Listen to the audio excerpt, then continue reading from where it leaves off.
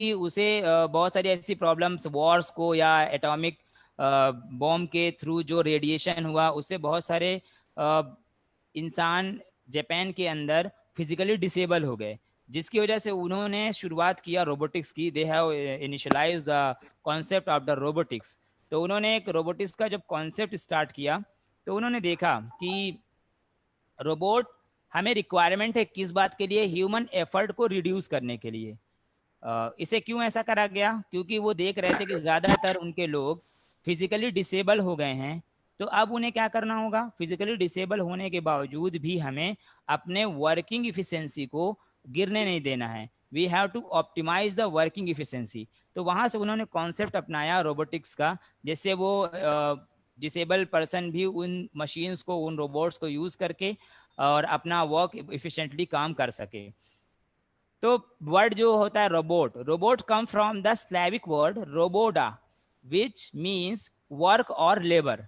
That means कि कह सकते हैं हम कि ये जो वर्ड होता है रोबोट वर्ड, ये आया है आपका एक स्लैविक वर्ड होता है रोबोटा, और मीन्स टू वर्क और लेबर। दैट मीन्स कि इसका रोबोट टर्म्स रिफर करता है कि या तो वो रोबोट और लेबर को emphasize करने के लिए ये टर्म बनाया गया robot. This word first appearance to the cheese and playing to the K Capek's play RUS mean the Rossum's university robots in 1920। तो इन्होंने इस टर्म को डिफाइन किया और रशियम यूनिवर्सिटी रोबोट्स की इन्होंने इस्टेब्लिश किया कि हम किस तरीके से अपने रोबोट्स को एम्फेसाइज करें, किस तरीके से चीज़ें करें। तो in this play, however, in this play these are the robots do actually predict the human kind, means कि वो पूरी तरीके से ह्यूमन काइंड को प्रेडिक्ट करने के लिए, ह्यूमन काइंड को के काम के लिए ही इन्होंने क्या किया, एम्फेसाइज किया। जिसे कह सकते हैं कि रोबोट की अलग अलग कैटेगरी बनाई गई, अलग अलग तरह की रोबोट्स बनाए गए। जैसे आप कह सकते हैं कि manual robots, semi automation robotic, automation robotic and humanoid robots, artificial robotics, ये अलग अलग तरह की चीज़ें रखी गई। Who is doing such thing in screen? कौन ये स्क्रीन पे इस तरह के ग्लिम्स कर रहा है? काम के लिए ही इन्होंने क्या किया, एम्फेसाइज किया। इसे कह सकते हैं कि ओके। तो अगर आप ये कहें कि रिवोल्यूशन इन रोबोटिक्स, तो जो रोबोटिक्स की स्टार्टिंग हुई, रोबोटिक्स की स्टार्टिंग हम जानते हैं कि पूरी तरीके से एक इंसान का डेवलपमेंट जिस तरह से होता गया in new era and dependency on the machine we are going to emphasise, मशीनों पर हमारी इंडिपेंडेंसी बढ़ती चली गई। उस डिपेंडेंसी ने ही इस रोबोटिक्स टर्म को पूरी तरीके से बढ़ावा दिया। यानी कि ह्यूमन टेंडेंसी कंफर्ट की तरफ होती है, हमेशा ह्यूमन टेंडेंसी कंफर्ट की तरफ जाता है, इसलिए वो अपने ही ह्यूमन एफर्ट को रिड्यूस करने के लिए ऐसी मशीनों को डेवलप करने लगा जिससे ह्यूमन लेबर रिड्यूस हो, इफिशिएंसी बढ़ जाए, ऑप्टिमाइजेशन बढ़ जाए। तो रेवोल्यूशन यहीं से शुरू हुआ। After that the revolutionary work for requirement of the humans. तो अब बात करें कि फील्ड ऑफ द रोबोटिक्स की, हम किस किस तरह के फील्ड में रोबोटिक्स को अप्लाई कर सकते हैं, कहाँ कहाँ पर रोबोटिक्स हम यूज़ कर सकते हैं और इसकी फील्ड क्या है। तो जैसे कह सकते हैं aerospace, consumers, disaster response, drone, education sector, entertainment field, exoskeleton system, humanoids, industrial robots, medical field, military and security system, and research field, self-driving cars, televisions and underwater। तो ये अलग अलग तरीके के फील्ड है जहां पर आज के टाइम में रोबोट्स को हम अप्लाई कर रहे हैं। अभी हम एक एक टॉपिक को पूरी तरीके से ब्रीफली डिस्कस करते जा रहे हैं। तो सिंपली आप देखिए कि किस तरीके से रोबोट अपने आप को रिकॉर्डिंग टू, जैसे हम लोग एक कहते हैं ना कि necessity is the mother of invention, आवश्यकता या आविष्कार की जननी है। This is the fundamental concept of the science.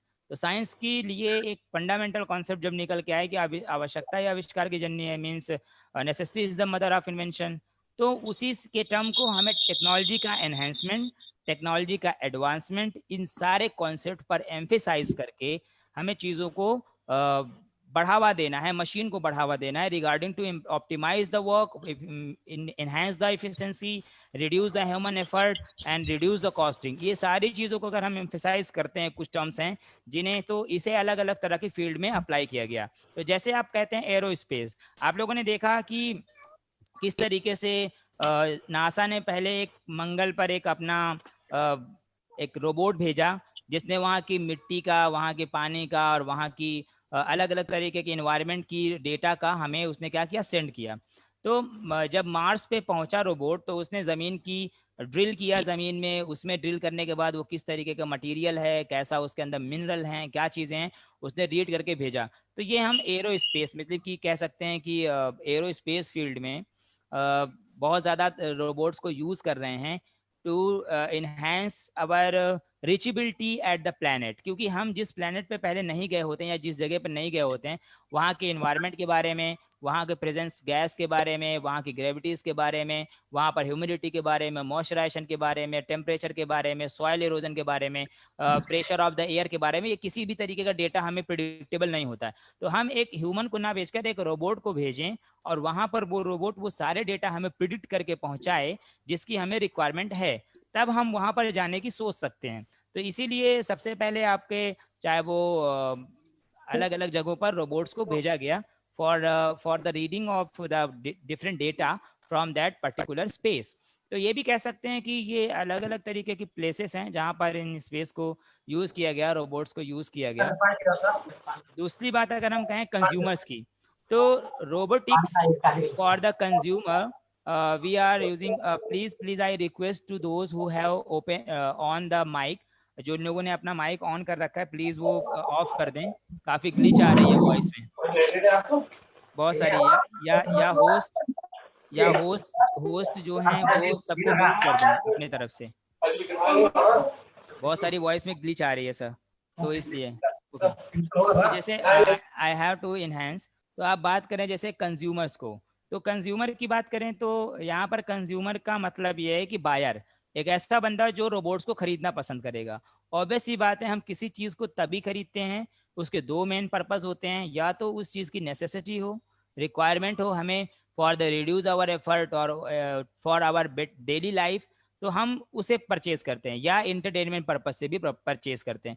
तो यहाँ पर अगर कंज्यूमर की बात करें तो कंज्यूमर दोनों तरीके के रोबोट्स को परचेज करता है, चाहे वो एंटरटेनमेंट पर्पज हो या अपने स्किल्स को बढ़ाने के लिए या अपनी रिचेबिलिटी को बढ़ाने के लिए वो यूज़ करे। तो कंज्यूमर अलग अलग तरीके के रोबोट्स को यूज़ करते हैं, जैसे किचन के रोबोट्स आते हैं जिसमें उन्होंने फिट कर दिया और वो अपने आपके फूड को ऑटोमेटिकली प्रिपेयर कर देते हैं। या आपने कहा क्लीनिंग रोबोट्स, घरों के अंदर वो क्लीन करते हैं रोबोट्स, तो जहाँ पर भी डस्ट होगी, आपके पास टाइम नहीं क्लीनिंग का, आपने रोबोट्स ऑन कर दिया, वो पूरे फिनोमेना के साथ आपके फ्लोर को क्लीन कर देंगे। इवन दैट आप यूज़ करते हैं एंटरटेनमेंट के लिए, जैसे आप देखते हैं कि बहुत ज़्यादा लोग फैमिलियर नहीं होते हैं, लोगों से इंटरेक्ट नहीं होते हैं कॉज ऑफ देयर डिजीज़ और कॉज ऑफ द प्रॉब्लम, तो वो इस तरीके के अपने बच्चों को रोबोट प्रोवाइड करा देते हैं जिसके साथ वो खेल सकें, वो बात कर सकें, घूम सकें। तो ये अलग अलग तरीके की रिक्वायरमेंट लोगों के, जिससे हम रोबोट्स को रोबोटिक्स को बढ़ावा देते हैं और उसे हम परचेज करते हैं। दूसरा अगर बात करते हैं डिजास्टर रिस्पॉन्स, डिजास्टर मतलब आपदा, आपदा प्रबंधन में, डिजास्टर मैनेजमेंट में हमें तीन तरीके की प्रॉब्लम को फेस करनी पड़ती है, pre disaster, during disaster and post disaster. तो प्री डिजास्टर की बात करें तो डिजास्टर से होने वाली पहली चीज़ तैयारी। दूसरा, अगर डिजास्टर आकर हो गया, जैसे सुनामी आ गई, अर्थक्वेक आ गया, या फ्लड है, ड्रॉट है, किसी भी तरीके का नेचुरल और मैन मेड डिजास्टर अगर अकर होता है, तो उस तरीके की प्रॉब्लम्स में हमें कुछ ऐसी चीज़ें चाहिए होगी जहां पर हम ह्यूमन को खतरा है अगर वहां जाने में, तो हम कुछ ऐसी मशीन्स को भेजें जो वहां पर जाने के बाद उस प्रॉब्लम को डिटेक्ट करे, डिटेक्ट करने के बाद उस प्रॉब्लम को रिड्यूस करे और ह्यूमन लाइफ को, या कह सकते हैं कि ह्यूमन प्रीसियस थिंग्स को वो प्रिजर्व करे। जैसे आज के टाइम में रोड पर निकल के सैनिटाइज करना इतना मुश्किल काम है, तो हम सैनिटाइजर रोबोट्स का यूज़ कर रहे हैं, अमेरिका में या इटली में वो मशीनों के थ्रू पूरी तरीके से सैनिटाइज कर रहे हैं। या सिंपली कह सकते हैं कि अगर मान लीजिए आपको एक स्टेप को पेंडेमिक में बहुत ज़रूरी है, मेडिसिन है सपोज, एक जगह से दूसरी जगह पहुंचाना है, तो आप रोबोट का यूज़ करके एक जगह से दूसरी जगह पहुंचा देते हैं। दूसरा प्रॉब्लम ये कह सकते हैं कि मान लीजिए अगर आपको इन लोगों से इंटरेक्ट होने में प्रॉब्लम आती है, तो आप इस तरह के रोबोट यूज़ करें कि वो जाए और चीज़ों को पिक करे एंड प्लेस करके लेके चला आए आपके पास। तो ये अलग अलग चीज़ें हैं। तो अगर हम बात करें कि जापान में कि अर्थक्वेक 2011 में आया था जिसमें न्यूक्लियर रिएक्टर एक्सप्लोड हो गया था, तो न्यूक्लियर रिएक्टर एक्सप्लोड होने के बाद, जिसे याद हो 2011 में जापान में काफ़ी बड़ी डिज़ास्टर मैनेजमेंट के लिए प्रॉब्लम आई थी और एक बहुत बड़ा डिज़ास्टर सुनामी के फेज़ में आया था। जिससे लोगों ने कोशिश किया कि वहाँ पर, अब प्रॉब्लम ये थी कि वहाँ पर न्यूक्लियर रेडिएशन फैल गया था न्यूक्लियर पावर प्लांट के डिस्ट्रक्ट होने की वजह से। तो वहाँ पर ह्यूमन को जाना मतलब पूरी तरीके से अपने आप को न्यूक्लियर रेडिएशन में इन्वॉल्व करना है। तब उन्होंने रोबोट्स का यूज़ किया था कि हम वहाँ पर फंसे हुए लोगों को या वहाँ पर जिस तरह के डिजास्टर के लिए हमारी एक्टिविटीज़ रिक्वायरमेंट है तो वहाँ पर भेजा गया। तो फुकुशिमा डेची न्यूक्लियर पावर स्टेशन में जब एक्सप्लोजन हुआ तो इन लोगों ने अपना रोबोट्स भेजा और उस तरीके से काम किया, क्योंकि जापान आए दिन सुनामी अर्थक्वेक से काफ़ी ज़्यादा इन्फ्लेक्टेड कंट्री है वो। और दूसरा अगर हम बात करें ड्रोन्स की, तो आज के टाइम में अगर हम किसी स्टफ को किसी एक प्लेस से दूसरे प्लेस तक पहुंचाना चाहें, हम चाहते हैं कि हम किसी स्टफ को एक जगह से दूसरी जगह पहुंचाएं और ह्यूमन कॉन्टैक्ट्स में ना आए, जैसे अमेजोन इस वक्त इस टेक्नोलॉजी को पूरी तरीके से यूज़ करने वाला है। इवन दैट जो आपका ओला और उबर हैं, ये लोग भी एयर टैक्सी का रोबोट्स का यूज़ करने वाले हैं तेज़ी से। तो ये आने वाले टेक्नोलॉजीज में 2 से 4 साल में आपको ये देखने को मिलेगा कि कितनी तेज़ी से रोबोटिक्स सोसाइटी के वर्क में इन्वॉल्व हो रही है, चाहे वो आपका हाउस होल्ड हो या ट्रांसपोर्टेशन हो, एरोस्पेस हो या और भी अलग अलग चीज़ें हैं। तो यहाँ पर अगर आप देखें तो ड्रोन भी हैं, ड्रोन अलग अलग तरीके के होते हैं, अभी हम ड्रोन को डिस्कस करेंगे कितने अलग अलग तरीके के होते हैं। तो ड्रोन आज के टाइम में जैसे आप शूटिंग करते हैं या आप सिक्योरिटी पर्पज से रोबोट को यूज़ करते हैं ड्रोन में, या अभी पेंडेमिक एरा में आपने देखा था पुलिस वालों ने ये रोबोट से वॉचिंग की थी, कोई घर के बाहर ज़्यादा घूम तो नहीं रहा है जब सेकेंड लॉकडाउन में। तो ये सारी चीज़ें आज के टाइम में यूज़ हो रही हैं, या आपको लगा कि भाई कहीं पर कोई हिडन टाइप में छिपा हो सकता है या कोई वहाँ पर छिपा हुआ है, आप जाएंगे तो वहाँ पर आपको खतरा हो सकता है, तो आप ड्रोन्स के थ्रू वहाँ पर निगरानी रख सकते हैं। एक पर्टिकुलर एब्सोल्यूट सर्विलांस एरिया में आप इन सारी चीज़ों को देख सकते हैं। तो अलग अलग लेवल में अलग अलग चीज़ों को यूज़ करते हैं, तो ड्रोन एक तरीके का होता है। अगर हम बात करें एजुकेशन पर्पज़ में, तो एजुकेशन पर्पज़ में हमारी चीज़ों को स्टडी करने के लिए, जैसे हम ये चाहते हैं कि भाई हमने एक स्लाइड इन्वॉल्व कर दी और वो बोर्ड पे सारी चीज़ें लिखता चला जाए, या हम कहीं और बैठे हुए हैं और कुछ स्टूडेंट वहाँ बैठे हो तो बोर्ड पे हमें कोई चीज़ लिखनी है तो हम उसे क्या कर दें, इन्वॉल्व कर दें। इवन दैट कि एजुकेशन फील्ड में अलग अलग तरीके से रोबोट्स को हम लोग यूज़ कर रहे हैं for the printing, for the involving the technology, for reducing the impact and error for humans. तो ये सारी चीज़ें आपके सामने देखें तो निकल के आती हैं कि हम एजुकेशन फील्ड में भी इसको बहुत तेज़ी से अडॉप्ट कर रहे हैं, इन चीज़ों को यूज़ कर रहे हैं।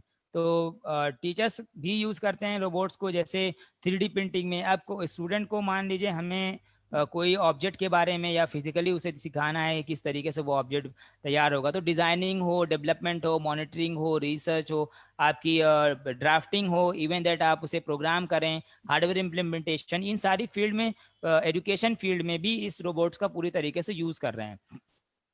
Second one is the entertainment. तो इंटरटेनमेंट की अगर हम बात करें तो बहुत अलग अलग कंट्रीज में, अपने यहाँ भी IIT Delhi, IIT Kanpur, IIT Madras, IIT Roorkee, ये मोस्ट लीडिंग ऑर्गेनाइजेशन है जो रोबोटिक्स पे आपके कुछ कॉम्पिटिशन्स इन्वॉल्व करते हैं। वो ऑर्गेनाइज कराते हैं कंपटीशन में, कि ओपन करते हैं इंटरनेशनल और नेशनल लेवल पर कि जो स्टूडेंट या जो रिसर्चर इंटरेस्टेड हो तो आके उसमें वो पार्टिसिपेट करे for learning purpose, for sharing the information, for the learn share the knowledge about their working of the research. तो ये सारी चीज़ें वो करते हैं ताकि लोग आपस में इंफॉर्मेशन को शेयर कर सकें, आपस में इंफॉर्मेशन को डिलीवर करें और एक दूसरे से चीज़ों को सीखें। क्योंकि जब एक टेक्नोक्रेट्स बहुत सारे एक जगह पर गैदर्ड होते हैं, बहुत सारे लोग जो अलग अलग फील्ड के एक्सपर्ट्स होते हैं, जब एक जगह इकट्ठा होते हैं तो एक दूसरे को इन्फॉर्मेशन शेयर करते हैं। तो आईआईटी दिल्ली, आईआईटी कानपुर, रुड़की, मुंबई, ये सारी जितनी ऑर्गेनाइजेशन है ये रोबोटिक्स पर ऑर्गेनाइज कराती हैं। जैसे रोबोट फाइट हुआ, रोबोटिक फाइटिंग हुई, या रोबो रेस हुआ, या रोबो सॉकर हुआ, या इस तरीके के अलग अलग तरीके के प्ले या games, even that the events they are being organized by the different organizations। तो ये सारी चीज़ें होती हैं। अब जो स्टूडेंट उसमें फील्ड में जान रहा है वो जाता है, अगर अच्छा परफॉर्म करता है तो उसे प्राइज़ भी मिलती है, इवन दैट उसे वहाँ के लैब में एसोसिएशन मिलती है। जैसे इलेक्ट्रिकल सॉल्यूशंस को आईआईटी कानपुर की लैब का एसोसिएशन है, तो यहाँ पर जो हम लोग वर्क करते हैं, अगर हमें ज़रूरत पड़ी आईआईटी कानपुर की लैब को यूटिलाइज़ करने के लिए तो वो हमें अलाउ करते हैं, हम जाके वहाँ पर यूटिलाइज़ कर सकते हैं। तो हम research and association with the IIT Kanpur चीज़ों को इन्वेंट करते हैं। तो अभी देख सकते हैं कि भाई यहाँ पर अलग अलग तरीके के रोबोट्स हैं, अलग अलग तरीके के फील्ड हैं जहाँ पर हम लोग रोबोट्स को यूज़ करते हैं। बात आती है एक्सो स्केलेटन्स की। तो एक्सोस्केलेटन दो तरीके से प्रोवाइड किया जाता है। सपोज कोई आर्मी पर्सन है या कोई जवान है या कह सकते हैं कोई किसी एक्सीडेंट की वजह से वो फिजिकली डिसेबल हो गया, जैसे उसका हाथ पैरालाइज हो जाए, पैर पैरालाइज हो जाए, या मान लीजिए वो फिजिकली कमजोर है, किसी ऑब्जेक्ट को उठा नहीं सकता, या हम अपने बॉडी की स्ट्रेंथ को, फिजिकल स्ट्रेंथ को बढ़ाना चाहते हैं, तो हम इस तरीके के रोबोट भी डेवलप करते हैं। जैसे आप इस पिक्चर में देख रहे होंगे कि एक भारी से ऑब्जेक्ट को कितनी आसानी से उसने उठा के और एक जगह पर प्लेस कर दिया। इवन दैट अगर हम फिजिकली डिसेबल भी हैं और रोबोट्स के रोबोटिक हैंड्स को, रोबोटिक लेग्स को, अलग अलग चीज़ों को हम लोग यूज़ करके आसानी से क्या कर सकते हैं, अपनी फिजिकल स्ट्रेंथ को बढ़ा सकते हैं, जिसकी वजह से हम आप किसी भी फिजिकल डिसेबल पर्सन को ये फील भी नहीं होगा कि हम फिजिकली डिसेबल हैं, अगर हम उसे इस तरीके की चीज़ें प्रोवाइड करें जिससे वो अपनी फिजिकल स्ट्रेंथ को बढ़ा सके। तो for the please mute the your mic because it is being glitch and the voice is glitch, बहुत ज़्यादा वॉइस ग्लिच आ रही है। सो अगर हम ये बात करें कि एप्लीकेशन है तो इसमें दो तरीके होता है। तो वो रोबोटिक की स्ट्रक्चर होते हैं जिसको आप वियर कर लेते हैं, पहन सकते हैं, पहनने के बाद आप उसके स्ट्रेंथ को, अपनी बॉडी की स्ट्रेंथ को बढ़ा सकते हैं। जैसे कोई इंसान है वो 40 केजी, 40 केजी, 50 केजी, 60 केजी ही उठा सकता है, लेकिन अगर हम फिजिकल स्केलेटन को यूज करते हैं तो हमारा वो स्ट्रक्चर हमारी एक्शन को, बहुत हल्के से एक्शन को यूज करता है, तो वो बहुत ज़्यादा वेट को उठा सकता है।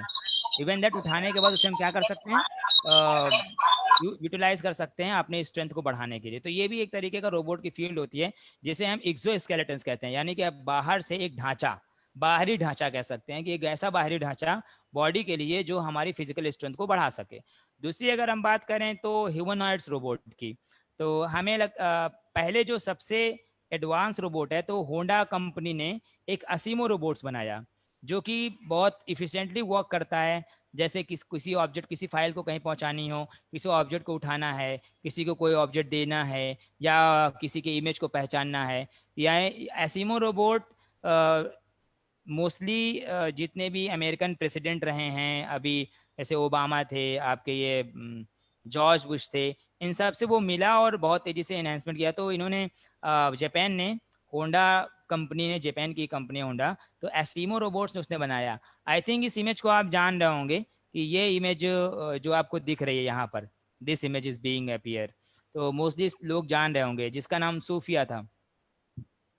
तो उसमें आप, ये ह्यूमनॉइड रोबोट का एक बहुत बेहतरीन कॉन्सेप्ट था जिसे जर्मनी ने बना के लोगों को दिया। और एक चीज़ ये भी समझें कि सऊदी अरेबिया ने इसे अपने यहाँ सिटीजनशिप दे दी है, तो ये वहाँ की कह सकते हैं सिटीजनशिप भी इसे दिया गया। तो एक तरह का ये इनिशिएटिव था कि अगर किसी तरह का रोबोट है और बहुत इफ़िशिएंट है, बहुत ही हेल्पफुल है, तो हम उसे सिटीजनशिप भी दे सकते हैं। तो सिंपल सी बात है कि ये यहाँ पर अलग अलग तरीके के रोबोट्स यूज़ होते हैं। तो जैसे यहाँ पर देख रहे होंगे आप लोग, तो ह्यूमनॉइड्स रोबोट मैन की, ऐसा रोबोट जो ह्यूमन की स्ट्रक्चर में दिखे, जो ह्यूमन के जैसा लगे, उसका फेस, उसका हैंड, उसके लेग्स, उसका बोलने का तरीका, उसका वोकल कॉर्ड्स, उसका एक्शन, ये जो ह्यूमंस के लिए ह्यूमन की तरह होने के बावजूद रिएक्ट करता है ह्यूमन के लिए, ह्यूमन जैसा, उन रोबोट्स को हम ह्यूमनॉइड रोबोट कहते हैं।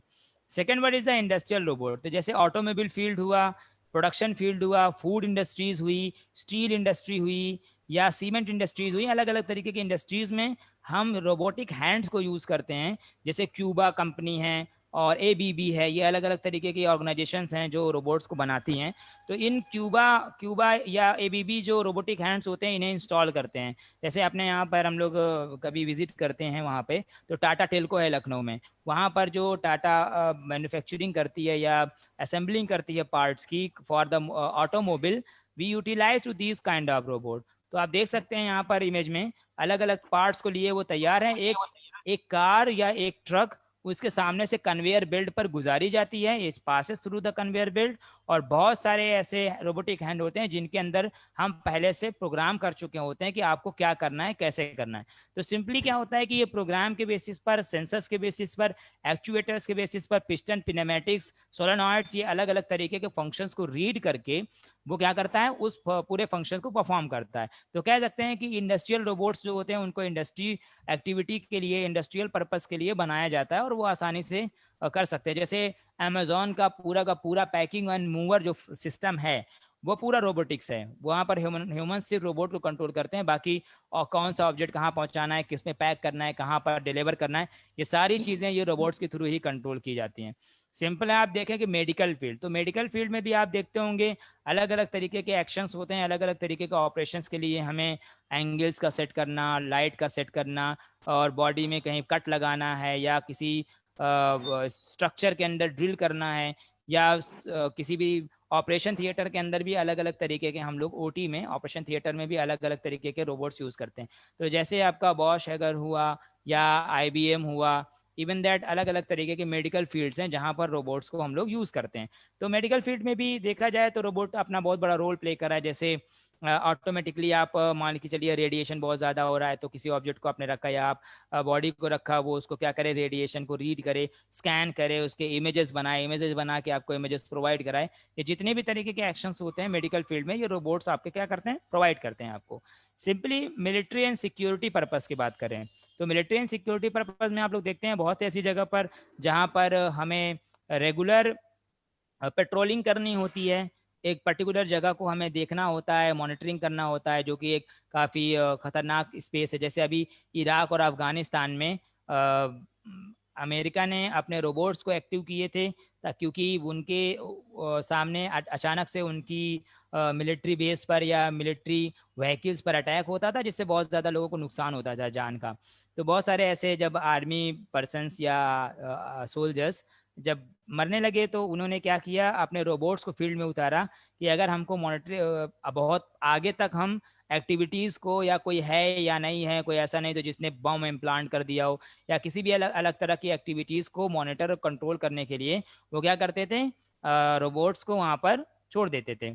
तो रोबोट्स क्या करता था, पहले जाए और मॉनिटर करके उनको सिग्नल भेजता रहता था कि हाँ किसी तरीके की एक्टिविटी है नहीं है। तो अगर मान लीजिए एक्शन होता भी है, तो रोबोट वहाँ पर जब तक फाइट करता रहेगा तो वो सिचुएशन को समझ जाएंगे। तो सिंपली आर्मी एंड मिलिट्री भी इसको बहुत रैपिडली यूज़ कर रही है इसमें। तो जो लखनऊ में अभी एक डिफेंस ऑर्गेनाइजेशन, डिफेंस ने एक ऑर्गेनाइज किया था डिफेंस एक्सपो, तो आप लोगों ने वहाँ भी इस तरीके के रोबोट देखे होंगे जो मिलिट्री में यूज़ करते होंगे। तो डिफेंस एक्सपो काफ़ी अच्छा रहा, वहाँ पर आपने चीज़ें देखी होंगी।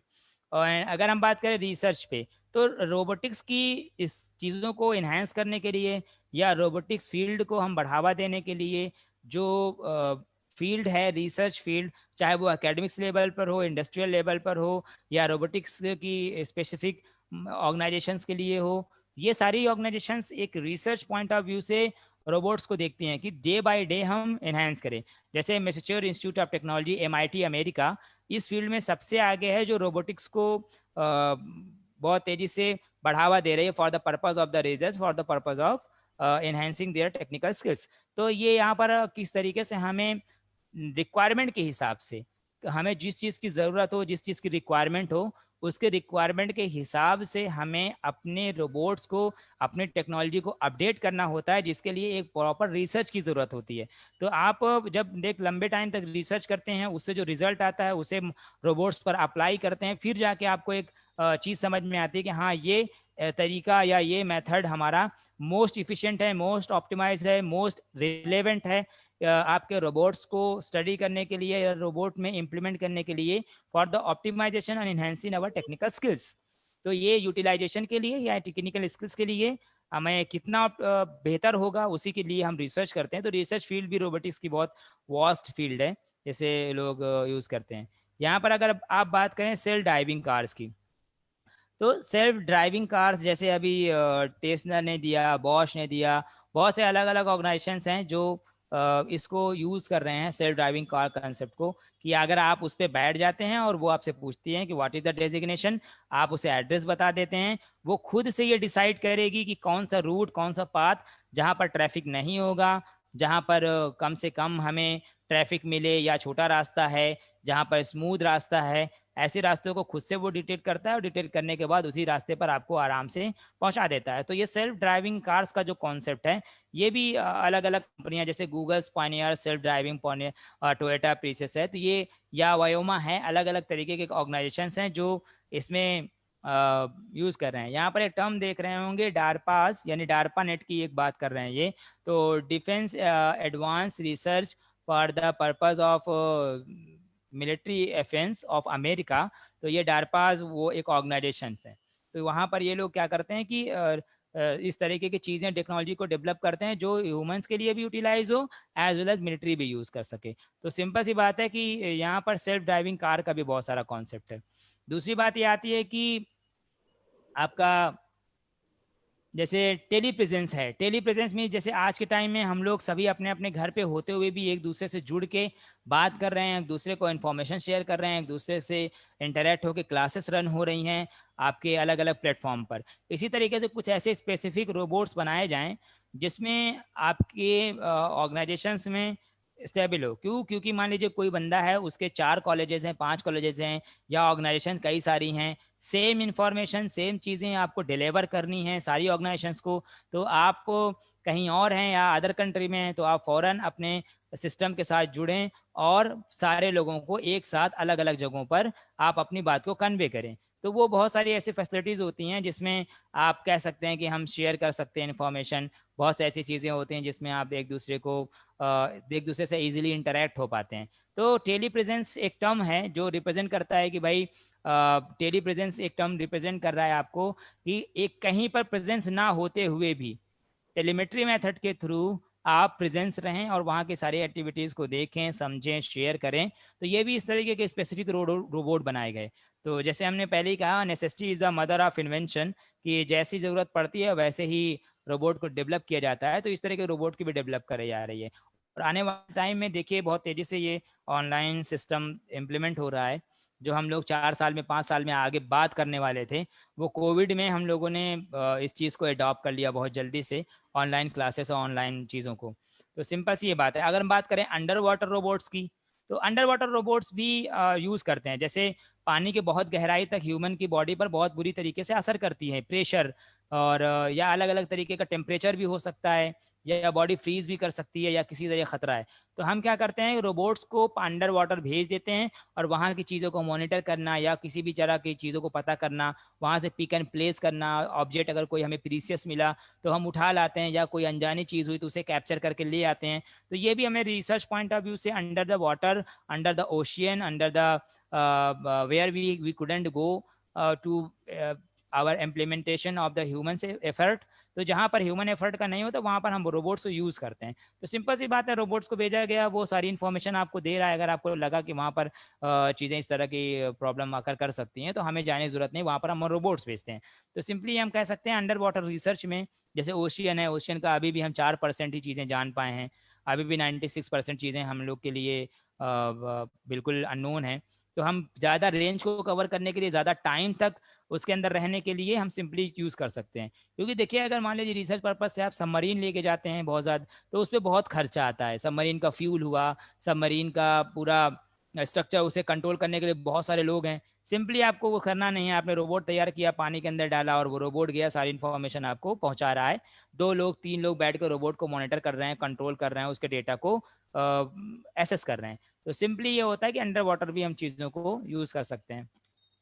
Different with the hardware use in the robotics. तो हार्डवेयर किस किस तरह से रोबोटिक्स के फील्ड में यूज होता है, वो हम डिस्कस कर लेते हैं। तो मैनिपुलेटर लिंकेज हुआ, एक्चुएटर्स हुआ, ट्रांसमिशन सेक्टर्स हुआ, और आपका सेंसर्स अलग तरीके का है, जैसे position sensor, velocity sensor, acceleration sensor, torque sensor, presence sensor, vision sensor, touch sensor, और अलग अलग तरीके के कंट्रोलर्स यूज होते हैं, यूजर इंटरफेस होता है, पावर कन्वर्जन्स होते हैं। तो अलग अलग चीज़ों का भी हम डिस्कस करते हैं। आगे आप लोग नोट भी करते जाइएगा, आपके लिए काफ़ी इंफॉर्मेटिव सेशन होने वाला है ये। और एक इलेक्ट्रोकस के आप यूट्यूब चैनल इलेक्ट्रोकस के यूट्यूब चैनल पे भी आप जाके बहुत सारी चीज़ें सीख सकते हैं, जान सकते हैं। तो आप यूट्यूब पे जाके इलेक्ट्रोकस सर्च करें और वहाँ पे आपको जो पहला इस लोगो आपको दिखेगा, और वहाँ पर आप चीज़ें जाके कर सकते हैं। और एक चीज़ हम ये भी कहना चाह रहे हैं कि जैसे कल से उस यूट्यूब पर कुछ क्लासेस स्टार्ट हो रही हैं। तो जो student learning point of view से टेक्निकल फील्ड में करेजियस हो, इलेक्ट्रिकल के फील्ड में, इलेक्ट्रॉनिक्स के फील्ड में, या मैकेनिकल के फील्ड में, तो वहाँ पर जाकर यूट्यूब पर प्रॉपर क्लासेस ले सकता है। उसका बहुत बेनिफिशियल पॉइंट ऑफ व्यू होगा। तो अगर हम बात करें मैनिपुलेटर लिंकेज की, तो मैनिपुलेटर लिंकेज में सिंपल सी बात है, अलग अलग तरीके के मोशंस होते हैं, अलग अलग तरीके के हमें मोशन को मैनिपुलेट करना होता है। जैसे लीनियर मोशन हुआ, रोटेटरी मोशन हुआ, आपका एक्सियल मोशन हुआ, एंगुलर मोशन हुआ। तो ये अलग अलग तरीके के मोशन को कंट्रोल करने के लिए हम लोगों को मैनिपुलेटर लिंकेज का यूज़ करना होता है। जैसे एक्सियल पर कंट्रोल करते हैं तो क्यूबा रोबोट्स हुए, या कह सकते हैं कि आपका एबीबी के रोबोट्स हुए, रोबोटिक हैंड्स हुए, तो वहाँ पर ये चीज़ें अप्लाई की जाती हैं। बहुत ज़्यादा डिटेल में हम इसलिए नहीं जा रहे हैं क्योंकि सेशन बहुत लंबा हो जाएगा, इसलिए हम सिंपली उन चीज़ों को एम्फेसाइज कर रहे हैं। और अगर बहुत क्यूरियस हो गए तो फिर हम चीज़ों को डिस्क्राइब भी करते चल रहे हैं। ओके, तो बात करें एक्चुएटर्स की, तो देखिए एक्चुएटर्स क्या है। जैसे मान लीजिए आपने रोबोटिक हैंड बनाया और आपको लीनियर मोशन कराना है। लीनियर मोशन का मतलब है किसी ऑब्जेक्ट को उठाना है और सीधे उठाना है, सीधे ले जाके रखना है। सिंपल सा बात है, एक्चुएटर एक तरीके का कंपोनेंट होता है जो कि रिस्पॉन्स करता है मूविंग के लिए, कंट्रोलिंग के लिए किसी सिस्टम को, एक लीनियर मोशन मैकेनिज्म पर काम करता है। तो actuators is a component of the machine that is responsible for the moving and controlling a mechanism or system, for example by opening the valve. तो कोई वॉल्व को ओपनिंग करनी है, या किसी ऑब्जेक्ट को क्रश करना है, या किसी ऑब्जेक्ट को टेंसाइल स्ट्रेंथ देकर उसे तोड़ना है, तो यहाँ पर हम लोग एक्चुएटर्स का यूज करते हैं। तो एक्चुएटर एक तरह का कंपोनेंट होता है। ट्रांसमिशन, ट्रांसमिशन का मतलब ये है कि हम इस तरह के अरेंजमेंट बनाते हैं, गियर अरेंजमेंट्स, जिससे हम अपने मोशन को ट्रांसफर कर सके। तो सिंगल स्टेज हुआ, डबल स्टेज हुआ, 3 स्टेज हुआ, अलग अलग स्टेजेस के गियर बॉक्स होते हैं, जहां पर शैफ्ट के थ्रू, क्रैंक शैफ्ट जिसे हम लोग कहते हैं, क्रैंक शैफ्ट के थ्रू, गियर मोटर्स के थ्रू, डीसी मोटर्स के थ्रू, या अलग अलग तरीके के सर्वो मोटर्स के थ्रू हम अपने सिस्टम को, मैकेनिकल एनर्जी को ट्रांसफर करते हैं। तो बहुत सारे स्टूडेंट मैकेनिकल होंगे, वो जानते होंगे कि gears are mainly use for the transfer the mechanical movement from one part to other part. हम एक पार्ट से दूसरे पार्ट में जब किसी मोशन को या मैकेनिकल एनर्जी को या मैकेनिकल मूवमेंट को ट्रांसफर करना होता है तो हम गियर का यूज करते हैं, आपका पिस्टन का यूज करते हैं, अलग तरीके का जैसे एक्चुएटर्स होते हैं, इन सब का यूज करके हम मैकेनिकल मूवमेंट को पास कर सकते हैं एक पार्ट से दूसरे पार्ट में। तो इनका भी यूज़ करते हैं हम लोग इसमें। सेंसर्स अगर बात करें तो सेंसर्स का हम कह देते हैं, सेंसर्स और एक्चुएटर में बहुत से लोगों को डिफरेंस होता है। सिंपल सी बात है, sensors are those electronics devices which sense to any physical change, यानी बाहर होने वाली किसी भी तरीके के फिजिकल चेंज को जो सेंस करके एक सिग्नल जनरेट करके कंट्रोलर तक पहुंचा दे, उसे हम बोलते हैं सेंसर। जैसे हमारे बॉडी में भी 5 तरीके के सेंसर्स हैं, आई, नोज, ईयर, टंग, स्किन। ये 5 अलग अलग तरीके के सेंसर हैं जिससे हम सुनना, देखना, स्मेल करना, टेस्ट करना, या अलग अलग तरह की चीज़ों को हम लोग सेंस करते हैं सिंपली। तो यहाँ पर बात करते हैं सेंसर्स की, तो there are the different kind of sensors exist here.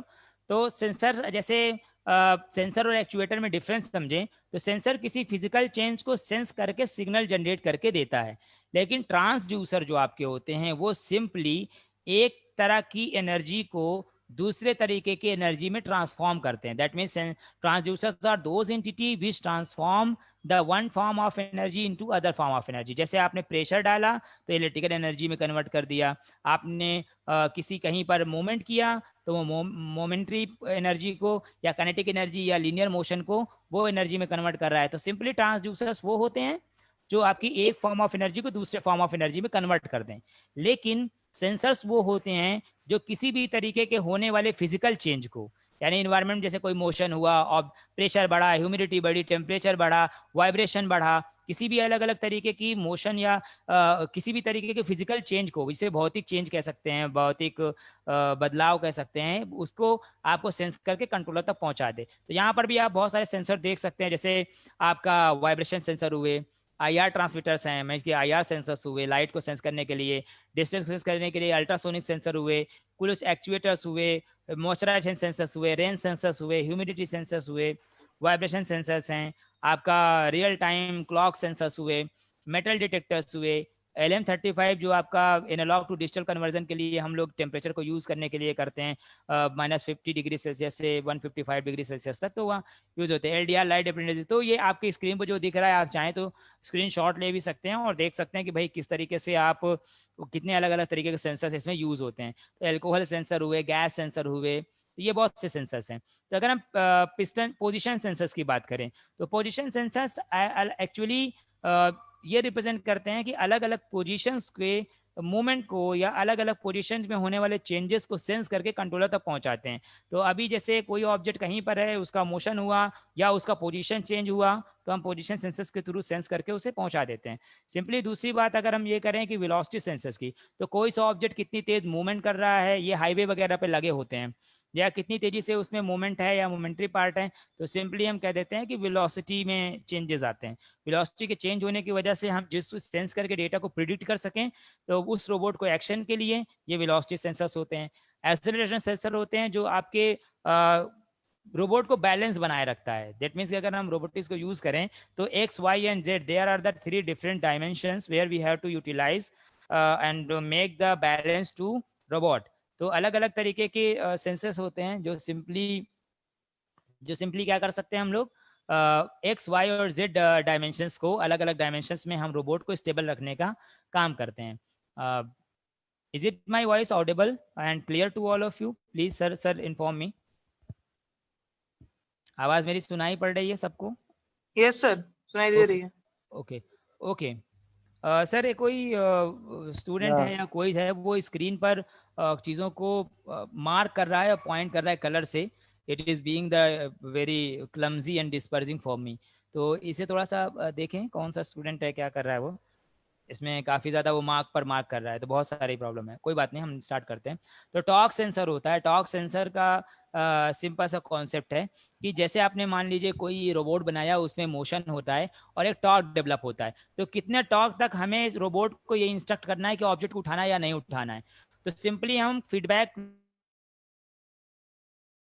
Control system में क्लोज लूप सिस्टम होता है, जिसमें टॉर्क अप्लाई होने के बाद ऑब्जेक्ट को जो रोबोट उठा रहा होगा तो उसके मोटर्स पर टॉर्क डेवलप होगा। अगर उसको टॉर्क की आउटपुट रिसीव नहीं हो रही है तो प्रॉब्लम ये आती है कि ऑब्जेक्ट को स्टक कर देगा, वो किसी भी तरीके का ऑब्जेक्ट उठाएगा और उसकी मोटर बर्न आउट हो सकती है। तो सिंपली इस तरीके की चीज़ों को भी हम सेंसर्स यूज करते हैं जो मोटर मोशन के या किसी भी तरीके के रोटेटरी मोशन के टॉर्क को यूज कर सकें। तो टॉर्क सेंसर्स आर हियर। सो भी प्रेशर सेंसर आप लोगों ने देखा होगा, जैसे आप लोग पायरोमीटर्स का यूज़ करते हैं, या कह सकते हैं कि आपके different kind of materials are, जहाँ पर हम प्रेशर एग्जर्ट करते हैं तो वो इलेक्ट्रॉन के डिफ्लेक्शंस की वजह से कंट्रोलर तक सिग्नल को पहुँचाता है। तो यहाँ पर प्रेशर सेंसर भी यूज़ करते हैं। जैसे मान लीजिए कि किसी ऑब्जेक्ट पर कितना प्रेशर डालना है, या रोबोट कितना प्रेशर एग्जर्ट करे। ऐसा नहीं कि मान लीजिए किसी से हैंड शेक करे रोबोट तो उसका हाथ ही ब्रेक कर दे, या किसी ऐसा भी नहीं होना चाहिए कि किसी, मान लीजिए हमने कहा कि एप्पल होल्ड करके आपको दे तो वो एप्पल को इतनी ज़ोर से पकड़े कि एप्पल ब्रेक कर जाए। तो इस तरह की चीज़ें नहीं होनी चाहिए। तो प्रेशर सेंसर्स भी हम यूटिलाइज करते हैं, यूज़ करते हैं अपने रोबोटिक्स फील्ड में। दूसरा अगर हम बात करें विजन सेंसर्स की, तो विजन सेंसर्स 2 तरीके के होते हैं। भाई रोबोट मान लीजिए अंधेरे में उसे वॉक कराना है, तो अंधेरे में ह्यूमन आईज उतनी तरीके से रिस्पॉन्ड कर रही नहीं कर रही हैं। हमें ऐसे रोबोट्स को यूज़ करना है जो अंधेरे में भी हम विजन्स को देखते हुए विजन्स को क्लियरली देख सके वो, और आपको वो पहुंचा सके इमेजेस को। तो अंधेरे में हो, या आप कह सकते हैं कि अलग अलग प्लेसेस पर जहाँ पर क्लियर विजन हमें चाहिए हो, but in absence of the light, तो जहाँ पर लाइट प्रेजेंस ना हो, एब्सेंस हो, वहाँ पर भी हम चीज़ों को देख सकते हैं। तो यहाँ पर आप देख सकते हैं विजन सेंसर्स का भी हम यूटिलाइज करते हैं। टच सेंसर्स भी यूज़ करते हैं, जहाँ पर टच करने पर ऑब्जेक्ट के अंदर ये इन्फॉर्मेशन पहुंचे कि हाँ कोई ऑब्जेक्ट कोई किसी टच कर रहा है तो उससे क्या एक्शन लेना है या क्या चीज़ें करनी है। तो कह सकते हैं touch sensor the primarily works when an object or individually gets the physical contact with it. कोई फिजिकली कॉन्टैक्ट इसमें आता है तो वो सिंपली क्या करता है कि आपको ये सिग्नल पहुंच जाए कि हाँ रोबोट को कोई टच कर रहा है या रोबोट किसी चीज़ को टच कर रही है, तो सिंपली आप इस चीज़ को भी यूटिलाइज करते हैं। दूसरा एक बात आती है कंट्रोलर्स की। तो कंट्रोलर्स में रोबोट अलग अलग तरीके के होते हैं। अगर आप यहाँ देखना चाहें तो जो स्क्रीन पर आपको दिख रहा है वो यहाँ पर एक कंट्रोलर देख रहे हैं जो हम लोग रिसर्च पॉइंट ऑफ व्यू से यूज करते हैं। तो here is a raspberry pi. Raspberry pi जो आपका कंट्रोलर है, या कह सकते हैं ऑर्डिनो भी यूज करते हैं, या आर्म कंट्रोलर्स यूज कर सकते हैं, एवीआर के कंट्रोलर हैं, एटीमेगा 328P पिक माइक्रो कंट्रोलर्स हैं, या कह सकते हैं आप अलग अलग तरीके के कंट्रोलर्स होते हैं। तो इन्हें यूटिलाइज करते हैं किस बात के लिए? अपने एल्गोरिथम को प्रोग्राम करने के लिए, इंटरनेट से जुड़ने के लिए, इंटरनेट से डेटा फेच करके, ताकि आपका रोबोट डिसीजन ले सके। तो ये अलग अलग तरीके की फील्ड है। टू कह सकते हैं controller is a device which takes one or more input and adjust to the output so that the connected device the function is a controlled manner. तो अलग अलग तरीके के सिग्नल जो कंट्रोलर तक पहुंचे और उसके अंदर प्रोग्राम किए हुए फंक्शन के हिसाब से वो आउटपुट परफॉर्म करे, डिसीजन ले, इसे हम क्या बोलेंगे, कंट्रोलर बोलेंगे। तो कंट्रोलर के अंदर जैसे माइक्रो कंट्रोलर्स लगे होते हैं, कुछ डिकोडर आईसी लगे होते हैं, रेगुलेटर आईसी लगे होते हैं, इनपुट आउटपुट पिंस होते हैं, मेमोरी कॉन्फ़िगरेशंस होता है, यूजार्ट फंक्शंस होते हैं, अलग अलग चीज़ें कंट्रोलर के अंदर होती हैं। तो I am not going to emphasize so broadly to the controller, बहुत ज़्यादा अगर हम कंट्रोलर को डिस्क्राइब करेंगे तो थोड़ा सा प्रॉब्लम होगी यहाँ पर, बट लेटर और sooner we will discuss about the controllers. और अगर कंट्रोलर के बारे में बहुत डिटेल में आपको जानना है तो आप इलेक्ट्रोको सॉल्यूशंस के यूट्यूब चैनल पे जाके आसानी से वहाँ पर देख सकते हैं और सब्सक्राइब भी कर सकते हैं फॉर द फर्दर अपडेट। तो बहुत सारी कल से क्लासेस स्टार्ट हो रही हैं, तो आप उस पर ज्वाइन कर सकते हो, नो डाउट। यहाँ पर कंट्रोलर के अलावा भी पावर कन्वर्जन होता है। अब भाई एक रोबोट के अंदर अलग अलग तरीके के पावर का डिस्ट्रीब्यूशन होता है। तो अलग अलग पावर डिस्ट्रीब्यूशन का मतलब ये, कोई कंट्रोल कंपोनेंट 5 वोल्ट से चल रहा होगा, कोई 12 वोल्ट से चल रहा होगा, कोई 100 मिली एम्पियर चल रहा होगा, कोई 1 एम्पियर चल रहा होगा, कोई 2 एम्पियर चल रहा होगा। तो हमें किस तरीके से वोल्टेज को डिवाइड करना है, वोल्टेज को रेगुलेट करना है, करंट को डिवाइड करना है, करंट को रेगुलेट करना है, करंट को ऑप्टिमाइज करना है, करंट को हमें किस तरीके से पूरे में डिस्ट्रीब्यूट करना है, तो उसके लिए हमें अलग अलग तरीके के पावर कन्वर्जन कंपोनेंट्स का यूज करते हैं। जैसे यहाँ पर आईसी देख रहे होंगे AMS1117, ये आईसी होती है 5 वोल्ट को 3 वोल्ट में कन्वर्ट करने के लिए। और 7805 कुछ आईसीज होती हैं जो आपके 5 वोल्ट को मतलब 5 वोल्ट से ज़्यादा वोल्टेज अगर आता है तो रेगुलेट करके 5 वोल्ट में दे देती है। तो बहुत सारे ऐसे हमारे कंपोनेंट यूज होते हैं जो, क्योंकि भाई देखिए जैसे ह्यूमन बॉडी में अलग अलग तरीके का सिस्टम है, जैसे हम कह सकते हैं इनपुट है, आउटपुट है, प्रोसेसिंग है और आपका पावर सप्लाई है। कोई भी सिस्टम मशीन 4 फंडामेंटल पार्ट रखती है, जिसे हम कह सकते हैं, एक तो उसका इनपुट जैसे सेंसर्स हुए, दूसरा उसका आउटपुट जैसे किससे वो आउटपुट देगा। जैसे ह्यूमन बॉडी की बात करें तो हाथ पैर, वोकल कॉर्ड, ये सारी चीज़ें हमारी क्या हैं, आउटपुट हैं। Eyes, nose, ear, tongue and smell करने के लिए जो आपकी नोज है, टच करने के लिए आपका स्किन है, ये इनपुट पहुंचाता है हमारे कहाँ पर, ब्रेन तक। तो ब्रेन आपका प्रोसेसर है। लेकिन एक बहुत इंपॉर्टेंट पैरामीटर है जिसे हम कहते हैं एनर्जी का सोर्स, जैसे हम कहते हैं स्टमक। तो स्टमक बॉडी का एक एनर्जी का सोर्स है। और अगर कितना भी हम फिजिकली स्ट्रांग हो, कितना भी तेज सुन पाते हो, कितना भी तेज दौड़ पाते हो, आपका इनपुट आउटपुट और प्रोसेसिंग ये सब कुछ बढ़िया हो, लेकिन अगर पावर सप्लाई का डिस्ट्रीब्यूशन सही से नहीं है, यानी आपका खाने पीने का तरीका या आप नहीं खाते हैं, तो ये प्रॉब्लम क्या करेगा कि आपके फिजिकली जो सिस्टम है उसे अफेक्ट करेगा। तो किसी भी मशीन का, चाहे वो रोबोट हो या कुछ भी हो, पावर सप्लाई एक बहुत बड़ा रोल प्ले करती है जिसे हम लोग फीड करते हैं। तो सिंपली कह सकते हैं कि यहाँ पर अलग अलग पार्ट होते हैं जिनको अलग अलग पावर की जरूरत होती है, तो उसे हम यूज कर सकते हैं। तो बेसिक बिल्कुल बात है कि अगर हम कुछ ग्रिपर्स की बात करें जिससे वो पकड़ता है, यानी रोबोट किसी ऑब्जेक्ट को पकड़ के उठाए या उसे होल्ड करे या किसी भी तरीके का, तो हम कहते हैं कि वैक्यूम ग्रिपर हुए, मैग्नेटिक ग्रिपर हुए, एडहेसिव ग्रिपर हुए, हाइड्रोलिक ग्रिपर हुए। तो ये अलग अलग तरीके के ग्रिपर होते हैं जिससे किसी ऑब्जेक्ट को रोबोट होल्ड करता है, पकड़ता है और उठाता है। तो यहाँ पर 4 तरीके के ग्रिपर हम डिस्कस करेंगे: vacuum gripper, magnetic gripper, adhesive gripper and hydraulic gripper. अगर आप वैक्यूम ग्रिपर की बात करें तो आपका रोबोटिक हैंड जाएगा वहां पर, उस ऑब्जेक्ट के पास टच करेगा और एक वैक्यूम क्रिएट करेगा जिससे उस ऑब्जेक्ट को पिक करके किसी भी पर्टिकुलर जगह पर प्लेस कर सकते हैं। जैसे कि वैक्यूम प्रेशर के थ्रू हम ऑब्जेक्ट को प्लेस कर सकते हैं। दूसरा हमारा मैग्नेटिक ग्रिपर्स होते हैं। मैग्नेटिक ग्रिपर्स का एक कॉन्सेप्ट है कि जैसे मेटल्स हुए, अलग अलग तरीके के मेटेलिक पार्ट्स हैं जिनको एक जगह से उठा के दूसरी जगह पर रखवाना है, तो यहाँ पर मैग्नेटिक ग्रिपर बहुत यूज होते हैं। जाते हैं, ऑब्जेक्ट टच होता है, मैग्नेटिक फील्ड क्रिएट करते हैं और एक जगह से ऑब्जेक्ट को प्लेस पिक करता है यानी उठाता है और दूसरी जगह पर प्लेस करता है यानी ले जाके रख देता है। तो ये भी बहुत यूटिलाइज होते हैं इंडस्ट्रीज में, जिसे कह सकते हैं मैग्नेटिक ग्रिपर्स। दूसरा हो गया एडहेसिव ग्रिपर। जैसे मान लीजिए किसी बॉल को उठानी है, एग को उठाना है या किसी ऑब्जेक्ट को उठाना है, फ्रूट को उठाना है, इस तरीके की चीज़ों को जो सॉफ्ट होते हैं उनको उठाने के लिए हम लोग एडहेसिव ग्रिपर्स का यूज करते हैं। तो एडहेसिव ग्रिपर करता क्या है कि आपके उस सॉफ्ट ऑब्जेक्ट को बहुत सॉफ्टली होल्ड करता है और होल्ड करने के बाद, उठाने के बाद जहां आपको प्लेस करना है वहां पर प्लेस कर सकते हैं। तो यहाँ पर कुछ अलग अलग पार्ट होता है, स्क्रीन पे आप देख सकते हैं। मैं बहुत ज्यादा पार्ट को डिफाइन नहीं करूंगा क्योंकि अगर मैं डिफाइन करना शुरू करूंगा तो फिर बहुत लेंदी सेशन हो जाएगा। That's why I am not going to elaborate the every part and every segments of the topic. तो यहाँ पर आप देख सकते हैं कि बहुत सारे ऑब्जेक्ट्स को ग्रिप करने की अलग अलग टेक्निक होती है। तो ये जब हम किसी ऑब्जेक्ट को पकड़ते हैं तो हमें ये पता होना चाहिए कि ऑब्जेक्ट का नेचर कैसा है। जैसे अगर हम लोहे के ऑब्जेक्ट को पकड़ के उठाते हैं तो हम उस पर ज़्यादा प्रेशर क्रिएट करते हैं। उतना उतना ही प्रेशर उतना ही प्रेशर हम एप्पल पर नहीं लगा सकते, उतना ही प्रेशर हम एग पर नहीं लगा सकते, ब्रेड पर नहीं लगा सकते। तो सिंपल सी बात है, ऑब्जेक्ट के नेचर के अकॉर्डिंग हमें उसे उठाने के लिए उसी तरीके की होल्डिंग अरेंजमेंट और ग्रिपर्स की जरूरत होती है। That's why we need when we require the holding and these things. Okay, और अगर बात करें हाइड्रोलिक ग्रिपर की, तो हाइड्रोलिक ग्रिपर आप देखते ही होंगे कि एयर वाटर प्रेशर के थ्रू हम क्रिएट करते हैं प्रेशर, या एयर प्रेशर थ्रू। जैसे जेसीबी वगैरह देखते होंगे, क्रेन देखते होंगे, तो अलग अलग तरीके के ग्रिपर आज मोस्टली हाइड्रोलिक ग्रिपर्स यूज कर सकते हैं। और आप लोग डोर में भी देखते होंगे कि ऑफिसेस में जब आप जाते हैं डोर को ओपन करते हैं और छोड़ देते हैं, तो वहां पर ऊपर साइड में एक हाइड्रोलिक ग्रिपर लगा होता है जो उसको डोर को धीरे धीरे क्या करता है, आपका क्लोज कर देता है। तो सिंपल सा हाइड्रोलिक ग्रिपर का भी यही काम होता है, जो वाटर के या वैक्यूम के प्रेशर को यूटिलाइज करके उस पर्टिकुलर टास्क को लीनियर मोशन के लिए या ग्रिपिंग के लिए यूज करते हैं। तो सिंपल एक टर्म बात आती है कि हम रोबोट में आर्टिफिशियल इंटेलिजेंस की क्या बात करें। देखिए, आर्टिफिशियल इंटेलिजेंस एक कंफ्यूजिंग टर्म है स्टूडेंट्स के लिए।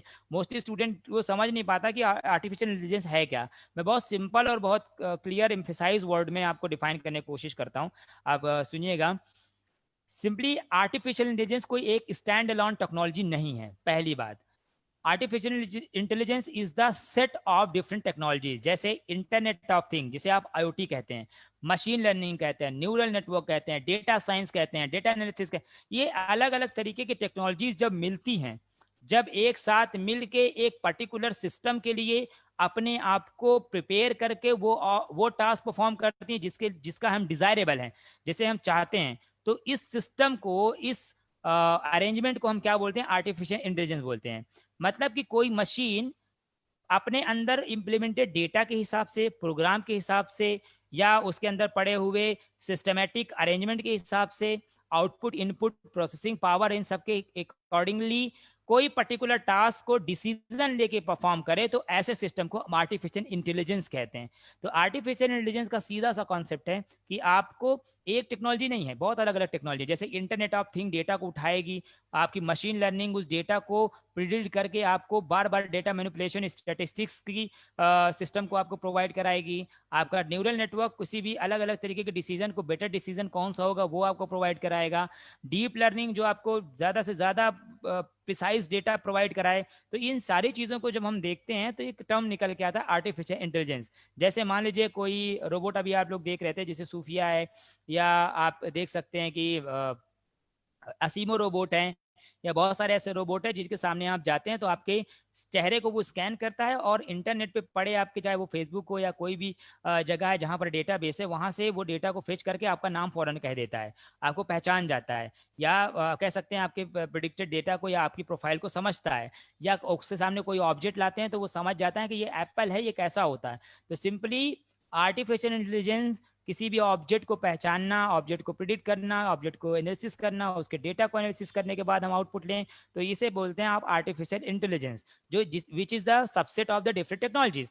तो इसके साथ जो सबसेट लगा हुआ है वो आर्टिफिशियल इंटेलिजेंस के साथ जो सबसेट है वो कह सकते हैं आईओटी है, internet of things, machine learning है, डीप लर्निंग है, न्यूरल नेटवर्क है, डेटा एनालिसिस है, ये अलग अलग चीज़ें होती हैं। तो अगर हम बहुत ज़्यादा डिफाइन नहीं करते हैं तो use of the AI in the following things field of the area, तो कह सकते हैं प्रोग्रामिंग, कम्युनिकेशन, रोबोटिक्स फील्ड है, कंप्यूटर वर्जन्स है, गेमिंग है, म्यूजिक है, टेक्नोलॉजी है, मेडिकल साइंस है। एक सीधा सा एग्जांपल होते हैं, जैसे बहुत ज़्यादा यूट्यूब पर जो वीडियो हम लोग सर्च करते हैं regarding to politics, regarding to games, regarding to video, song, comedy, तो जो जिस तरीके का सर्चिंग ज़्यादा करता है तो उसके होम पेज पर वो चीज़ें ज़्यादा रिप्रेजेंटेबल होती हैं। जैसे कोई अगर न्यूज़ बहुत सुनता है तो उसके होम पेज पर न्यूज़ के सजेस्टेड वीडियोस ज़्यादा आते हैं। अगर कोई बंदा है वो कॉमेडी ज़्यादा देखता है उस पर, तो उस पर कॉमेडी वाले जो भी लिंक्स होते हैं वो ज़्यादा अपीयर होते हैं। कोई बंदा है जो एजुकेशनल वीडियोस बहुत देखता है तो वो उसके उसके ही हिसाब से एजुकेशनल वीडियोस ही प्रोवाइड कराएं। तो यूट्यूब भी आर्टिफिशियल इंटेलिजेंस को यूज़ करता है, वो आपको समझता है कि भाई आप किस तरीके की वीडियो प्रिफर करते हैं, तो हम आपको उसी तरीके की वीडियो सजेस्ट करेंगे ताकि आप ज़्यादा से ज़्यादा यूट्यूब पर टाइम बिताएं। तो वो ये चाहते हैं। तो सिंपल सी बात है, अलग अलग फील्ड है, चाहे वो कम्युनिकेशन फील्ड हो, मेडिकल फील्ड हो, टेक्नोलॉजी के हो, म्यूजिक में हो, गेमिंग हो, या प्रोग्रामिंग में हो, रोबोटिक्स में हो, अलग अलग फील्ड में आर्टिफिशियल इंटेलिजेंस यूज़ हो रहा है, जो कि बहुत ज़्यादा रोबोटिक्स में यूज़ हो रहा है। For the virtual assistant, for the chat board, जैसे बहुत सारी साइट पे आप जाते हैं तो वहाँ पर चैट बोर्ड लगा होता है, वो कहता है हेलो, आप अपना नाम बताते हैं, वो आपको आपसे बातें करना शुरू करता है। आपको लगता है कि कोई बंदा है पीछे जो चैटिंग कर रहा है मेरे साथ, लेकिन ऐसा होता नहीं है, वो चैटिंग आपके साथ नहीं कर रहा है। सिंपली उसने इस तरीके से कोड कर दिया कि जो आप इन्फॉर्मेशन पूछोगे वो आपको क्या करेगा, इंटरनेट से डेटा उठा उठा के आपको देता रहेगा। तो एग्रीकल्चर एंड फार्मिंग है, तो आपको ये पता चल जाता है कि भाई कब बारिश होगी, कब आंधी आएगी, कब चीज़ों का चेंज होगा इन्वायरमेंट में, तो आप उसी हिसाब से डेटा को कर सकते हैं। ऑटोमस फ्लाइंग है, यानी ऑटोनोमस फ्लाइंग मतलब कि ऑटोमेटिकली आप एक ऑब्जेक्ट दूसरी ऑब्जेक्ट की दूरी तक स्टेप्स को पहुंचा सके।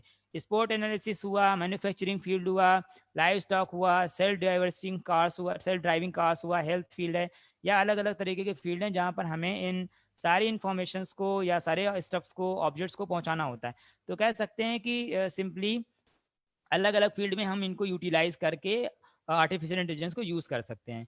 तो बेसिक अगर हम मशीन लर्निंग की बात करें, तो मशीन लर्निंग का सिंपल सा कॉन्सेप्ट है, एक ऐसा कोड, एक ऐसा स्टैटिस्टिक्स या एक ऐसा एल्गोरिथम जो अपने ही होने वाली एक्टिविटीज से, अपने अंदर ही होने वाले फंक्शन से वो लर्न करे, लर्न करने के बाद सिंपली उसे फिर से इम्प्लीमेंट करे। यानी मान लीजिए पिछली बार आपने कोई डेटा इम्प्लीमेंट किया, वो गड़बड़ हुआ, तो अगली बार अगर उसके आसपास का डेटा इम्प्लीमेंट करते हो तो इम्प्लीमेंटेशन से पहले ही वार्निंग दे दे कि सर देखिए आपका डेटा जो इम्प्लीमेंटेशन में है वो पूरी तरीके से अप्रोप्रिएट नहीं है। तो इसलिए मशीन लर्निंग आपको इन्फॉर्म कर देगा कि भाई देखिए आप इस तरीके का डेटा करेंगे तो पिछली बार इतने % चांसेस हैं कि आप इसे क्या कर पाएं, आपका आउटपुट सही आ पाए। तो मशीन लर्निंग एक स्पेशल टाइप ऑफ एल्गोरिथम होती है जिसके अंदर एक ऐसे न्यूरल नेटवर्क को या एक ऐसी टेक्नोलॉजीज को एम्फेसाइज करते हैं जिसके थ्रू हम सारी चीज़ों को समझ पाते हैं कि भैया हाँ सही है, ये चीज़ें करने से ऐसा डेटा आएगा। तो वर्चुअल प्रिडिक्शन, वर्चुअल सिमुलेशन एक मशीन लर्निंग के थ्रू हम करते हैं। सिंपली अगर बात करें कि मशीन लर्निंग कहाँ पर एप्लीकेबल है, तो इमेज एंड स्पीच रिकॉग्नाइजेशन, जैसे आपको किसी की इमेज दिखाई तो उसके बारे में डेटा निकाल दे, कोई आवाज़ है, आवाज़ को पहचान के बता दे कि इस बंदे की आवाज़ है। तो मेडिकल डायग्नोसिस है, स्टैटिक्स, आपके एग्रीकल्चर फील्ड हैं, एक्सट्रैक्शन है, प्रिडिक्शंस हैं, क्लासिफिकेशन है एंड रिग्रेशन है, आपके लर्निंग एसोसिएशंस हैं। तो अलग अलग फील्ड में इसे स्टैटिक्स की तरीके पर हम लोग यूज़ कर लेते हैं मशीन लर्निंग को। तो ये एक टेक्नोलॉजी है, तो बेसिक हम लोग के क्लियर होते हैं। और आज के टाइम में हम लोग को, स्टूडेंट्स को बहुत ज़्यादा एम्फेसाइज करना चाहिए इन टेक्नोलॉजीज़ पर।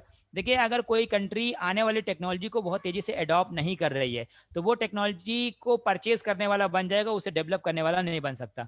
तो सिंपल सी बात है, हमें उन टेक्नोलॉजीज़ को लर्न करना चाहिए, चाहे वो IoT हो, चाहे मशीन लर्निंग हो, चाहे आर्टिफिशियल इंटेलिजेंस हो, चाहे आपका न्यूरल नेटवर्क का सिस्टम हो। ये अलग अलग तरीके की चीज़ें हैं जिसे सीखना बहुत ज़रूरी है। We have to emphasize to learning. तो अगर बात हम ये करते हैं कि लर्निंग नहीं करेंगे, आज हम एजुकेशन पर्पस को, अपने एजुकेशन फील्ड को अगर इन सारी लेटेस्ट टेक्नोलॉजीज के साथ नहीं जोड़ेंगे तो आप प्रॉब्लम होती है। आप जब इंडस्ट्रीज में जाएंगे या अलग जगह पर जॉब के लिए जाएंगे तो वो अपडेटेड नॉलेज ना होने की वजह से वो कभी भी आपको एंटरटेन नहीं करेंगे उस जॉब के लिए। तो सिंपली जॉब इम्फेसाइजेशन के लिए भी इन टेक्नोलॉजीज को सीखना बहुत ज़रूरी होता है। तो जिसके पास जितना ज़्यादा इन टेक्नोलॉजी से अटैचमेंट होता है वो चीज़ें बढ़ रहे हैं। ये तो आपकी कॉलेजेस है जो अपने एफर्ट पर चीज़ों को करा रही है, चीज़ों को बढ़ा रही है। अब जैसे इलेक्ट्रो सॉल्यूशंस है, ये अलग अलग रिसर्च फील्ड में काम करती है, लोगों को ट्रेनिंग प्रोवाइड करती है, चाहे वो एकेडमिक लेवल पर हो, रिसर्च लेवल पर हो, चाहे वो एमटेक हो, पीएचडी स्कॉलर्स हों। तो इन सब को इलेक्ट्रोकस सॉल्यूशंस IoT पर, मशीन लर्निंग पर, नेटवर्किंग पर, पाइथन्स हुआ, या आपके किसी भी तरीके के वेबसाइट डेवलपमेंट हुआ, एप्लीकेशन डेवलप हुआ, या डिज़ाइनिंग ड्राफ्टिंग, जैसे मैकेनिकल के स्टूडेंट्स के लिए आप कहते हैं कि डिज़ाइनिंग करना है तो डिज़ाइनिंग के लिए सॉलिड वर्क हुआ, स्टैट प्रो हुआ, इवन दैट आपका ऑटो कैड हुआ, ऑटो कैड इलेक्ट्रिकल्स हुआ। तो इन सारी चीज़ों पर हम लोग बहुत तरीके से एम्फेसाइज करते हैं और ये इसका रिजल्ट बहुत अच्छा रहता है। हम स्टूडेंट को जब ट्रेन करते हैं तो स्टूडेंट आसानी से जॉब के लिए अपने आप को प्रिपेयर करता है। उस वक्त जब उसे जॉब की ज़रूरत होती है बहुत आसानी से उस जॉब को ग्रैप्स कर लेता है। तो simply we have to proceed. तो जैसे यहाँ पर MLM आर्किटेक्चर की बात करें तो यहाँ पर अलग अलग तरीके के मॉडल होते हैं, जैसे मॉडल एक्सप्लोरेशन हुआ, मॉडल ट्रेनिंग हुआ, इवेल्युएशन हुआ, डिप्लॉयमेंट हुआ या मॉनिटरिंग हुआ। ये सर्वेइंग यानी सर्वर्स के थ्रू या जो उसका इंटरमीडिएट सेक्शन है उसके जाता है, और उसके बाद सिंपली बात करने की बात करें तो सिंपली ये इंटरेक्ट होते हैं। तो इंटरेक्ट करने के बाद एक्शन ट्रिगर्ड होता है, और एक्शन ट्रिगर्ड होने के बाद डिसीजन लेने के बाद एनालिटिक्स करने के बाद मॉडल डेटा एसेस लेयर में जाना, और उसके बाद डेटा को स्टोर करना। ये पूरा का पूरा एक सिस्टमेटिक तरीका होता है। किस बात के लिए? आप मशीन लर्निंग स्टैटिस्टिक्स की अगर बात करें तो ये एक अलग टॉपिक है, बहुत ज़्यादा डीप में मैं नहीं जा रहा है इसमें। तो सिंपली अगर आप बात करें difference between the machine learning and artificial intelligence, तो यहाँ पर please it's my humble request कि आप यहाँ पर एम्फेसाइज करके इसे समझ भी लें, नोट करना चाहें तो नोट भी कर लें, क्योंकि ये बहुत ज़्यादा बच्चे कंफ्यूज होते हैं कि मशीन लर्निंग क्या है और आर्टिफिशियल इंटेलिजेंस क्या है। तो सिंपली अगर बात करें आप, machine learning is a method of data analysis and automates analytical model building. जैसे आपका स्विगी हुआ, जोमेटो हुआ, उबर हुआ, या आप कह सकते हैं कि ओला हुआ, इन सब में मशीन लर्निंग का कॉन्सेप्ट यूज होता है, चाहे वो गूगल हो, चाहे यूट्यूब हो, इवन दैट आपका अलग अलग तरीके के प्लेटफॉर्म है जो मशीन लर्निंग को यूज करते हैं। तो सिंपली मशीन लर्निंग का काम इतना होता है कि डेटा को एनालिटिक्स करना, उसे ऑटोमेट करना और ऑटोमेटिक सिस्टम को बिल्डअप करना। लेकिन आर्टिफिशियल इंटेलिजेंस की अगर बात करें तो artificial intelligence is a method of data analysis and make your motor intelligent. Means कि आप मशीन लर्निंग से एक रोबोट को ये सिखाते हैं कि आपको किस तरीके के डेटा को एनालिसिस करना है।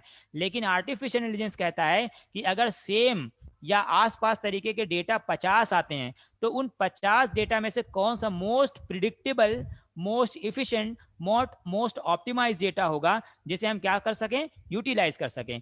तो मशीन लर्निंग आपको डेटा को एनालिसिस प्रोवाइड करने का काम करता है, और आर्टिफिशियल इंटेलिजेंस उस एनालिसिस डेटा में से भी जो बेस्ट डेटा हो उस पर एक्शन प्रोवाइड करने का काम कर सकता है। इसीलिए मैंने अभी थोड़ी देर पहले कहा था कि मशीन लर्निंग आर्टिफिशियल इंटेलिजेंस का सबसेट होता है। तो आर्टिफिशियल इंटेलिजेंस के थ्रू मशीन लर्निंग को हम एम्फेसाइज करते हैं। तो machine learning results in data, यानी वो डेटा पर काम करता है, लेकिन machine learning results in knowledge और मेकिंग योर सिस्टम इंटेलिजेंट, ये आपका आर्टिफिशियल इंटेलिजेंस काम होता है। The aim is to extend accuracy. Machine learning क्या कहता है कि आप जो भी एक्शन परफॉर्म करना चाहें वो बिल्कुल एक्यूरेट हो और मोस्ट इफिशिएंट हो। लेकिन आर्टिफिशियल इंटेलिजेंस कहता है the aim is to extend the probability of success, यानी जिसका सबसे ज्यादा चांस हो, किस बात का, उस बात का जो हमारे आउटपुट को बिल्कुल सटीक प्रोवाइड करे। तो उस बात के लिए हम लोग क्या करेंगे, यहाँ पर इस चीज को एक्सटेंड करते हैं। तो सिंपली कह सकते हैं कि ये दोनों में डिफरेंस है। Machine learning permit system to be told new things from knowledge, but a artificial intelligence is the higher cognitive process. मतलब ये सिक्योर होता है, काफ़ी ज़्यादा कह सकते हैं कि अलग अलग जगह पर एप्लीकेबल होने के बाद, अलग अलग सिस्टम को कनेक्ट करने के बाद भी ये बहुत सिक्योरिटी के साथ, पूरी प्राइवेसी के साथ ये काम करता है। तो सिंपली ये आपको आई होप समझ में आ गया होगा एआई और एमएल के अंदर क्या चीज़ें होती हैं। फ्यूचर स्कोप की अगर हम बात करें तो चाहे वो एकेडमिक पर्पस हो, आरपीए जो आपका कहते हैं कि future scope as the production for the RPA, जिसे कहते हैं रोबोट प्रोसेस ऑटोमेशन सिंपली।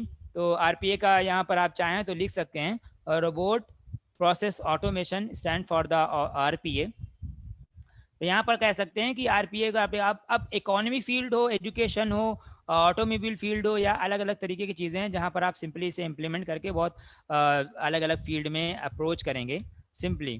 तो अगर हम बात करें एडवांटेजेस एंड डिसएडवांटेजेस की, तो एडवांटेजेस की बात करें तो बहुत से लोगों का कहना है कि ये कॉस्ट इफेक्टिव होती है ये टेक्नोलॉजी, रोबोटिक्स और रोबोटिक्स ऑटोमेशन। जैसे मान लीजिए इस वक्त इंडस्ट्री में प्रोडक्शन स्टॉप हो गया है, तो जो इंडस्ट्री पूरी तरीके से ऑटोमेटिक रही होगी उसका प्रोडक्शन स्टॉप नहीं हुआ होगा। तो इस तरीके की चीज़ें भी आने वाले टाइम में आप देख सकते हैं, for the better quality enhancement, for better optimity, for better reduce the redundancy of the system. तो ये अलग अलग तरीके की चीज़ होती हैं। तो जैसे ह्यूमन वर्क करता है, थोड़ी देर में थक जाता है, लेकिन अगर हम robot most efficient and optimize and reduce the redundancy of the production, तो हमें क्या करना होता है, प्रोडक्शन को ऑप्टिमाइज करने के लिए हमें बहुत ही ज़्यादा कॉन्टिन्यूस प्रोसेस की ज़रूरत होती है, और ह्यूमन उतना कॉन्टिन्यूस प्रोसेस नहीं कर सकता, 6 घंटे 7 घंटे में वो थक जाएगा। तो सिंपली क्या करते हैं कि हमें इन सब चीज़ों का, रोबोट का इन फील्ड में अप्लाई कर रहे होंगे। आई होप कि आपको चीज़ें समझ आ रही होंगी। अब डिसएडवांटेजेस, बहुत से लोग कहते हैं कि ह्यूमंस फियर रोबोट्स, जैसे बहुत से लोग होते हैं जो रोबोटिक सिस्टम से डर लगता है लोगों को कि पता नहीं सिस्टम कब फेल्योर हो जाए, वो प्रॉब्लम क्रिएट ना कर दे, या पोटेंशियल जॉब लॉसेस, यानी कहते हैं कि अगर रोबोट बहुत ज़्यादा डेवलप होने लगे तो ह्यूमंस के जॉब चली जाएंगी। लेकिन ऐसा नहीं होता है। यही चीज़ इन 1984 में बाकायदा इंडिया इंडिया के रेपुटेटेड मैगजीन्स और इसमें निकला था कि अगर इंडिया में कंप्यूटर्स आए तो बहुत से लोगों की जॉब चली जाएगी। क्या आज के टाइम में आप कंप्यूटर के बगैर एक डेवलपिंग इंडिया का इमेजिनेशन भी कर सकते हैं? बिल्कुल नहीं। तो सिंपल सी बात है कि जब रोबोट आएंगे और जॉब लॉसेस होंगे तो भाई रोबोट बनाने वाली भी जॉब तो क्रिएट होंगी। सिंपल सी बात है। तो ये एक तरीके का इन्वायरमेंट ऑटोमेटिकली जनरेट हो जाता है। तो बहुत से लोगों का कहना है कि पोटेंशियल जॉब लॉसेस होंगी। और दूसरे कहते हैं इनिशियल इन्वेस्टमेंट कॉस्ट, मतलब कि रोबोटिक के फील्ड में कॉस्टिंग का बहुत ज़्यादा, कंपनियों को पैसा लगाएं, रिसर्च करें, उसके बाद रोबोट तैयार करें, फिर उसे सेल करें। तो ये भी एक तरीके का डिसएडवांटेज ही है कि सीधे सीधे हम टेक्नोलॉजी को डेवलप नहीं कर पाते रोबोटिक्स के फील्ड में। तो सिंपल आप बात करें कि किस तरीके से हम रोबोट्स को यूज़ करते हैं, तो ऑटोनोमस फील्ड में या रोबोटिक जो अलग अलग इंडस्ट्रियल लेवल पर, जॉब क्रिएटिविटी लेवल पर, या कह सकते हैं कि अलग अलग हम फील्ड में अपनी प्रोडक्टिविटी को, अपने स्किल्स को और इफिशिएंसी को इन्हेंस करने के लिए हम रोबोटिक्स को यूज़ करते हैं, जिसे हम ऑफ शॉर्ट मेथड भी कहते हैं। Simply this was the short discussion about robotics. तो आई होप कि आप लोगों को चीज़ें समझ आ गई होंगी, आप लोगों को चीज़ें समझ आई होंगी। I am going to stop the sharing of my slide. If someone want to ask me the question, please ask मी।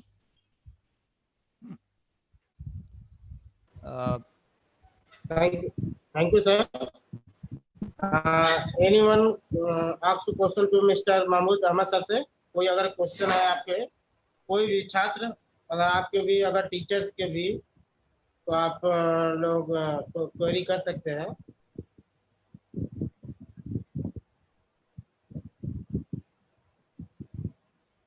अपने आप को अनम्यूट करके आप क्वेश्चन कर सकते हैं।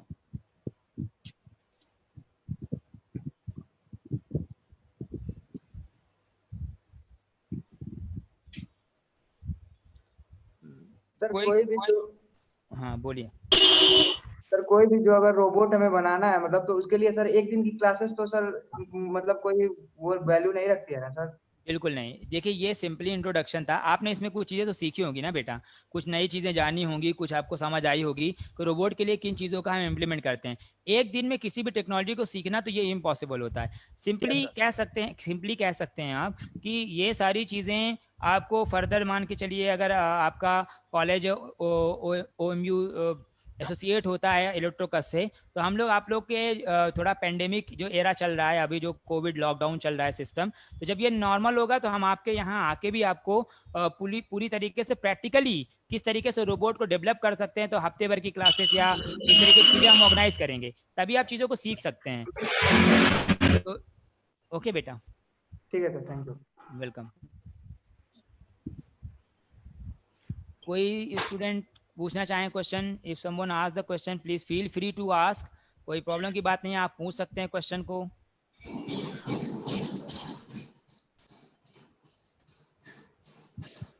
हेलो, हाँ सुन पा रहे हैं हम आपको, बोलें।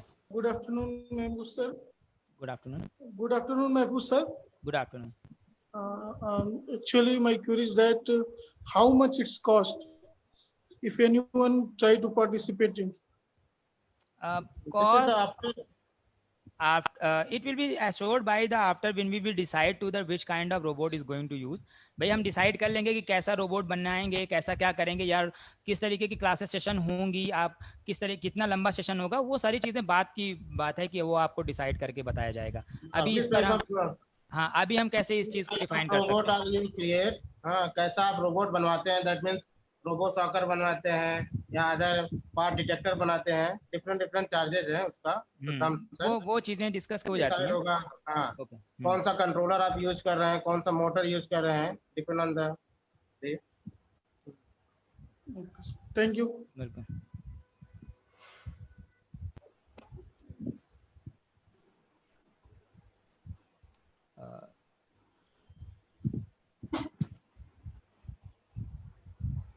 So Dilip sir, should we? Student hello sir. Yeah, बोलिए हेलो। बोलिए मनीष yeah, बोलिए। yeah. आवाज आ रही है आपकी, और बोलिए।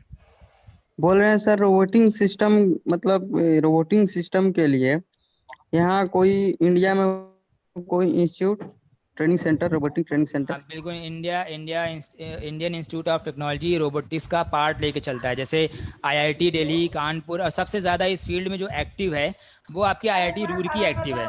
तो रोबोटिक्स के Yes, फील्ड sir. में आईआईटी रुड़की एक्टिव है, और वहाँ पर लोग वहाँ से बीटेक एमटेक रोबोटिक्स में करते हैं। स्पेशली सारेम इंस्टीट्यूट ऑफ टेक्नोलॉजी आपका बेंगलुरु, या कह सकते ये साउथ इंडिया में जो कि सिचुएटेड है, वहाँ पर रोबोटिक्स की ब्रांचेस को ही इम्प्लीमेंट किया जाता है। तो जैसे आप देखते हैं मेगाट्रॉनिक्स हुआ, रोबोटिक्स हुआ, ये सारी ब्रांचेस बहुत तेजी से इम्प्लीमेंट हो रही हैं, क्योंकि ये क्या होती हैं, एप्लीकेबल होती हैं। तो सिंपल सी बात है, Yes, जैसे sir. आईआईटी रुड़की हुआ, वहाँ से आप रोबोटिक्स की चीज़ों में इन्वॉल्व हो सकते हैं। आईआईटी दिल्ली है, कानपुर है, मुंबई है, इवन दैट आप कह सकते हैं कि ISM बैंगलोर हुआ, या मतलब जो प्रेस्टिजियस ऑर्गेनाइजेशंस हैं, तो वो इस फील्ड में बहुत एक्टिव हैं, बहुत ज़्यादा तेज़ी से एक्टिव हैं। अलग अलग कॉलेजेस में रोबोटिक सोसाइटी भी होती हैं, जहाँ पर कुछ चुनिंदा स्टूडेंट्स को सेलेक्ट किया जाता है, और वहाँ पर रोबोटिक सोसाइटी स्टेबल करने के बाद वहाँ पर उस प्रॉपर तरीके से काम करते हैं। लेकिन वहाँ पर एक तो ऐसा बंदा होना चाहिए जो आपको प्रॉपर तरीके से रोबोटिक्स की फील्ड में प्रोग्रामिंग या डिज़ाइनिंग, डेवलपमेंट, हार्डवेयर इम्प्लीमेंटेशन या कनेक्टिविटी, इन सारी चीज़ों के बारे में आपको बता सके। तो फर्दर चीज़ों के बारे में हम सर से डिस्कस करेंगे बाद में भी। आप चाहें तो इसकी वर्कशॉप हम कोविड-19 के बाद भी, जब चीज़ें नॉर्मल हो जाएं, तब भी हम आप लोग को ये काफ़ी लंबी क्लासेस देकर हफ्ते में 2 हफ्ते में चीज़ों को आपको कैसे रोबोट प्रिपेयर किया जाता है, किस तरह की स्ट्रेटजी होती है, यूज़ करते हैं, वो हम सिखा देंगे। और देखिए, इन सारी चीज़ों को सीखने के लिए आपको बहुत फंडामेंटल स्किल्स की भी ज़रूरत होती है। जैसे बेसिक को आपकी प्रोग्रामिंग का कॉन्सेप्ट क्लियर हो, हार्डवेयर का स्ट्रक्चर का क्लियर होना चाहिए, किस तरीके की मोटर का यूटिलाइजेशन होता है, कैसे हम सेंसर्स को इंटरफेस कराते हैं, एक्चुएटर्स कैसे इंटरफेस कराते हैं, इन सारी चीज़ों का इन्फॉर्मेशन आपके पास एक कलेक्टिव होता है, तब जाके आप कर पाते हैं। इसीलिए धीरे धीरे इन फील्ड को सीखते हैं, उसके बाद अप्लाई कर पाते हैं। और जैसे ही आप इसे अप्लाई करना सीख जाते हैं, फिर आपकी क्रिएटिविटी पर डिपेंड करता है कि आप कितना अच्छा रोबोट बना पाते हैं। आपकी ऑप्टिमाइजेशन की स्किल्स पर डिपेंड करता है कि भैया आप कितना अच्छे से उस चीज़ को यूटिलाइज कर पाते हैं। तो एक ही टॉपिक पर एक बंदा होता है जो बहुत अच्छा रोबोट बनाता है, और एक होता है जो सिंपल रोबोट बनाता है। तो वो डिपेंड करता है कि आपकी level of approach of the knowledge क्या है उस पर्टिकुलर फील्ड में। आई होप कि आपको समझ आ गई होगी बेटा। Yes, yes. Manish, mister Manish, अब हम लोग खुद ही इसका सेंटर सर से लेके Thank you, sir. करवाएंगे अपने कॉलेज में। पॉलिटेक्निक कॉलेज जो है, वो पहला Yes, polytechnic sir. College Yes. जो रोबोटिक्स का सेंटर बनेगा सर के माध्यम से। Yes. अब Yes, यहीं sir. से ही आपको सीखने को मिलेगा एवरीथिंग, बट आपको बेसिक चीजें, जैसा कि सर ने बताया कि बेसिक फंडामेंटल चीजें आपको अगर नॉलेज रहेगा तो देखिए, वो आप इतनी ग्रैस्प कर लेंगे। अगर एक्सक्यूज मी सर, वो जैसे भी देखिए आपको फंडामेंटल चीजें हाँ। भी सिखाई जाएगी। देखिए, फंडामेंटल को अभी एक और अच्छा आपके पास पेंडेमिक टाइम में एक बात काफ़ी अच्छा मौका है। तो इलेक्ट्रोक का सोल्यूशन आप यूट्यूब पे टाइप करिएगा, जो कंपनी का नाम है इलेक्ट्रोक का सोल्यूशन, आप टाइप करिए, Yes, यूट्यूब sir. पे देखिएगा, वहाँ पे चैनल है, वहाँ पे आपको आईओटी पर और इस पर मशीन लर्निंग पर चीज़ें मिलेंगी आपको सीखने को। लेकिन एक चीज़ ध्यान रखिएगा, कल से रेगुलर क्लासेस 9 बजे से 12:30 बजे तक हम लाइव आएंगे कल से। तो आप चाहें Yes, तो sir. यूट्यूब पे जाके और लाइव सीख सकते हैं। वहाँ पर बहुत सारी चीज़ें, जैसे सर्किट डिजाइनिंग का कॉन्सेप्ट है, प्रोग्रामिंग का कॉन्सेप्ट है, इलेक्ट्रॉनिक कंपोनेंट का है, इलेक्ट्रिकल का है, डिजाइन है, ड्राफ्टिंग है। तो वहाँ 9:30 बजे से लेकर हम 12:30 बजे तक अपीयर होंगे आपको ऑनलाइन क्लासेस देने के लिए। तो आप सिंपली चाहें तो डेली बहुत अच्छे तरीके से आप अपने टाइम को यूटिलाइज कर सकते हैं, यानी आधा दिन टेक्निकल स्किल को इन्हेंस करने में कर सकते हैं। और आई एम श्योर कि आप 1 महीने के बाद अपने आप को देखेंगे कि how much technically you have amplified to your yourself ज़्यादा टेक्निकल स्किल्स होंगी। तो हम तो ये तो रिक्वेस्ट करेंगे मिस्टर दिलीप राठौर सर से कि हम अभी आपको एक लिंक सेंड कर देंगे हमारे चैनल का, आप वो बच्चों को सेंड कर दें और बच्चे उस पर पढ़ें। सर एक एक चीज़ की सीरीज हम लाएंगे, जैसे नेटवर्किंग है तो नेटवर्किंग की पूरी सीरीज आएगी, आईओटी है तो आईओटी की सीरीज आएगी, और ऑटोकैड डिजाइनिंग का है तो उसकी पूरी सीरीज आएगी। तो बच्चा इधर उधर भटकने से और फालतू इन सब चीज़ों में अलग अलग प्लेटफॉर्म पर परचेज करके पैसा खर्च करने से अच्छा है कि फ्री में एक्सपर्ट ट्रेनर से हमारे सीखे। फिर फिर चीज़ें क्या होंगी, जब वो बेसिक जान जाएगा तो हम कॉलेज में आके उसको बहुत ही ज़्यादा यूटिलिटी के साथ बता पाएंगे, फिर वो समझ पाएगा कि हाँ चल क्या रहा है इस सब फील्ड में। जी जी, राइट जी, sir, thank you sir. Welcome sir, welcome. Sir YouTube पे सर ऑटोकैड और डिजाइनिंग की भी क्लासेस चलेंगी? हाँ, ऑटोकैड के डिजाइनिंग की क्लासेस चलेंगी यूट्यूब पर। और अगर किसी को इस पे फर्दर इंफॉर्मेशन चाहिए हो तो आप इलेक्ट्रोकस पे जाके वहाँ पर आपको एक लिंक मिलेगा, नंबर www.electrocus.in पे अगर जा सकते हैं, या यूट्यूब पे जाएंगे तो डिस्क्रिप्शन में उस पर कॉन्टैक्ट नंबर पड़े हुए हैं, उस पर भी आप कॉन्टैक्ट करके सारी इन्फॉर्मेशन ले सकते हैं, कोई प्रॉब्लम की बात नहीं है। Okay sir, thank you. Welcome sir बेटा। रोबोटिक्स के लिए हाँ, सर रोबोटिक्स के लिए कंप्यूटर का नॉलेज होना सब मस्ट है ना? मस्ट है, इट्स अ मस्ट। देखिए अब हम आपको एक और, हाँ, एक मिथ और अलग कर दें। जैसे कहते हैं क्या जरूरी ही है, तो ऐसा भी नहीं है। देखिए सिंपल सी बात है, आप मान के चलिए एल्गोरिथम बहुत अच्छी बनाते हैं, या आपके पास वो नॉलेज है कि आप हार्डवेयर पे बहुत अच्छा काम कर पाते हैं, तो रोबोटिक्स में मान लीजिए रोबोटिक हैंड बनाना है, तो रोबोटिक हैंड में आपको डिज़ाइन दे दी गई, आपने डिज़ाइन समझ लिया और उस पर क्या कर लिया, उसको बना लिया। लेकिन मान लीजिए आपको डिज़ाइनिंग का कॉन्सेप्ट पता है, प्रोग्रामिंग का पता है, उसे कनेक्टिविटी का पता है, तो आप उस नॉलेज को इतना सटीक तरीके से अप्लाई कर पाएंगे कि अपने आप को ऊपर ले जाएंगे। तो इस वक्त आज के टाइम में बेटा आप सोच के देखें, क्या बिना कंप्यूटर के नॉलेज के आप किसी भी चीज़ में अपना बहुत अच्छा दे पाएंगे? तो प्रॉब्लम होती है। इसीलिए वहां पर, इसीलिए मैं कह रहा हूं कि आप चैनल पे जाएं और कंप्यूटर की बहुत सारी चीजें आपको सीखने को मिलेगी, बहुत मजेदार आपको चीजें मिलेंगी। तो कल से 9:30 बजे से लेकर 12:30 बजे तक क्लास चलेंगे उस पर, डेली 3.5 घंटे आप सीख सकते हैं उस पर, और भी लोगों को शेयर कर सकते हैं। फ्यूचर जो है जी सर, रोबोट का फ्यूचर क्या होगा? क्या कह सकते हैं आप? आवाज ग्लिच कर रही है आपकी। रोबोट का फ्यूचर सर। फीचर, जी, फीचर और फ्यूचर, फ्यूचर फ्यूचर। भविष्य ना। जी सर। हाँ, रोबोट का भविष्य इतना कह सकते हैं कि सिंपली जो आर्टिफिशियल इंटेलिजेंस है वो अप्लाई करके और इंसान को इंसान की तरह ही ट्रीट करने के लिए बीच में रोबोट को लाएगा। दैट मीन्स कि आप जैसे मान लीजिए किचन है, आप ऑफिस से थक के आते हैं, आपको खाना बनाने का काम, आपको खाना बनाने का मन नहीं करता, तो आपने एक रोबोटिक किचन पूरा स्टेबल कर दिया। आपने वहीं पर बैठ के ये कह दिया कि मुझे ये चीज़ें खानी है, वो खुद से सारी चीज़ें प्रिपेयर करके आपको प्रोवाइड कर दे फूडिंग के लिए। या ऑटोनोमस कार है, आप कहते हैं कि हम कार पे बैठे हैं और सिंपली ये कहते हैं कि हमें यहाँ से कहीं और पे ले जाना है, आपने डिजिग्नेशन बता दिया, वो आपको पहुंचा दे। तो फ्यूचर कह सकते हैं कि पूरी तरीके से ह्यूमन जितना ज़्यादा मशीन पर डिपेंडेंट होता चला जाएगा, जितना अपने आप को कंफर्ट जोन में रखेगा, उतना ही ज़्यादा रोबोटिक्स पर डिपेंडेंसी बढ़ेगी। तो फ्यूचर तो इसका बहुत ही deeply interaction to the human and work, तो कह सकते हैं कि इंसान के काम में और इंसान के बीच में जो चीज़ इम्प्लीमेंट होगी वो रोबोट ही होगी। तो इसका फ्यूचर तो आप ह्यूमन के एग्जिस्टेंस के साथ ही चलेगा। जितना ज़्यादा ह्यूमन की कह सकते हैं कि कल्चर में जितना ज़्यादा टेक्निकल चीज़ें आती जाएंगी, उतना ही रोबोटिक्स को इम्प्लीमेंटेशन मिलेगा। तो ये एक सिंपल सा कॉन्सेप्ट है। Okay sir, thank you sir. Welcome welcome. Anyone would like to ask the question?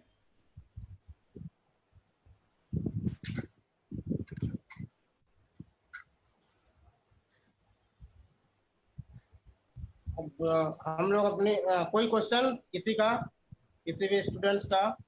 Robotics के लिए सर कोई पर्टिकुलर ब्रांच का भी मतलब वो नहीं होता है ना सर? हर no branch sir, no no no, robotics में कोई ब्रांच का कोई लेना देना नहीं है।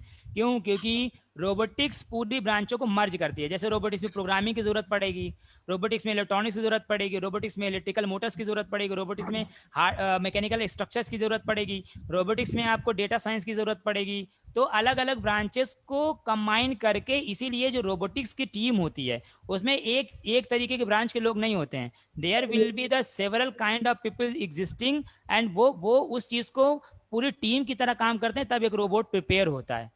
तो अलग अलग स्ट्रक्चर, मैकेनिकल स्ट्रक्चर हुआ, इलेक्ट्रिकल हार्डवेयर हुआ, इलेक्ट्रॉनिक्स डिवाइसेस हुई, प्रोग्रामिंग स्ट्रक्चर हुआ, तो इन सब चीज़ों को मिला के सारी ब्रांचेस को, जिसे कहते हैं मेकाट्रॉनिक्स, एक नई ब्रांच बनाई गई जिसको कहते हैं मेकाट्रॉनिक्स। तो मेकाट्रॉनिक्स एक नई ब्रांच है जो कि इन सब चीज़ों को अपने आप क्या करती है, असेंबल करती है और कंजंक्शन करती है। उसके बाद रोबोटिक्स की ब्रांच का एक मजबूत इस्टेब्लिशमेंट होता है। तो आई होप समझ आ गई होगी आपको बेटा। ओके सर, एक क्वेश्चन है, हाँ बोलिए। क्या किसी थर्ड पार्टी या सेकेंड पार्टी के जिससे एथराइज या अथॉरिटी की जरूरत होती है रोबोटिक सिस्टम बनाने में? बिल्कुल। आप किसी भी रोबोट को बनाने के बाद, देखिए रिसर्च पर्पज से आप बनाते रहिए, कोई प्रॉब्लम नहीं है, लेकिन मान बनाने के लीजिए बाद नहीं सर, बनाने से पहले। बनाने नहीं, किसी की जरूरत नहीं है। आप अगर आप रिसर्च करना चाहें रोबोट पर तो सिंपली आप कंपोनेंट लाए और रिसर्च करें, लेकिन हाँ उस पर्टिकुलर रोबोट को बनाने के बाद जब तक आपको ministry of defence and ministry of research and association आपको ये ऑथराइज नहीं करती, तब तक आप उस रोबोट को मार्केट में नहीं ला सकते, उस रोबोट को सेल नहीं कर सकते, उस रोबोट के लोगों के बीच में नहीं भेज सकते। तो सिंपल सी बात है, अगर किसी रोबोट को आप प्रिपेयर करते हैं, प्रिपेयर करने के बाद आप टेस्ट कर लेते हैं कि हाँ सब कुछ सही चल रहा है, वेरी गुड, लेकिन आप तब तक उसे यूज नहीं कर सकते जब तक कि कोई गवर्नमेंट से ऑथराइजेशन आपको ना मिल जाए, चाहे वो ड्रोन ही क्यों ना हो। इंडिया में तो ड्रोन को भी आप यूज नहीं कर सकते जब तक आपका लोकल एरिया में जो पुलिस स्टेशन हो वो आपको ऑथराइज ना करे। तो सिंपल सी बात है, किसी भी तरीके के रोबोटिक डिवाइसेस को यूज करने के लिए वो गवर्नमेंट उसको रखती है अंडर ट्रायल काफी दिनों तक, तकरीबन 1 महीने तक उसे अंडर ट्रायल रखती है, सारे डीजे उससे कराई जाती हैं, तब जाके वो आपको सर्टिफाइड करती है कि हाँ इस रोबोट को आप सेल कर सकते हैं, मार्केट में ला सकते हैं, तभी आप ला सकते हैं। वरना आप ये कहें कि डायरेक्टली आपने बनाया और मार्केट में ला दिया तो आप फौरन आपके प्रोडक्शन को और आपको भी काफी प्रॉब्लम नुकसान पहुंचा सकती है गवर्नमेंट। तो इसके लिए आपको पेटेंट कराना होगा, इसके लिए आपको पेटेंट कराना। सर कोई एथराइज भी एथराइज करेंगे क्या? गाइडलाइन है उसके लिए, तो एक गाइडलाइन बिल्कुल बिल्कुल बिल्कुल गाइडलाइन है। I will share the whole the guideline about the robotics establishment. तो वो आप जा सकते हैं मिनिस्ट्री ऑफ डिफेंस पे, या आप गवर्नमेंट की साइट्स पर जाएं तो आपको वहां पर पूरी गाइडलाइंस मिलेंगी कि क्या क्या चीज़ें आप अपनी तरफ से, एंड से आपकी तरफ होगा, गवर्नमेंट क्या क्या चीज़ें चेक करेगी, तभी आपको वो लाइसेंस देगी उस चीज़ का, तभी आपको उस चीज़ का पेटेंट करेगी। तो सिंपल सा गाइडलाइन गवर्नमेंट ने बना रखी है। Okay sir, thank you sir, thank you. Welcome welcome.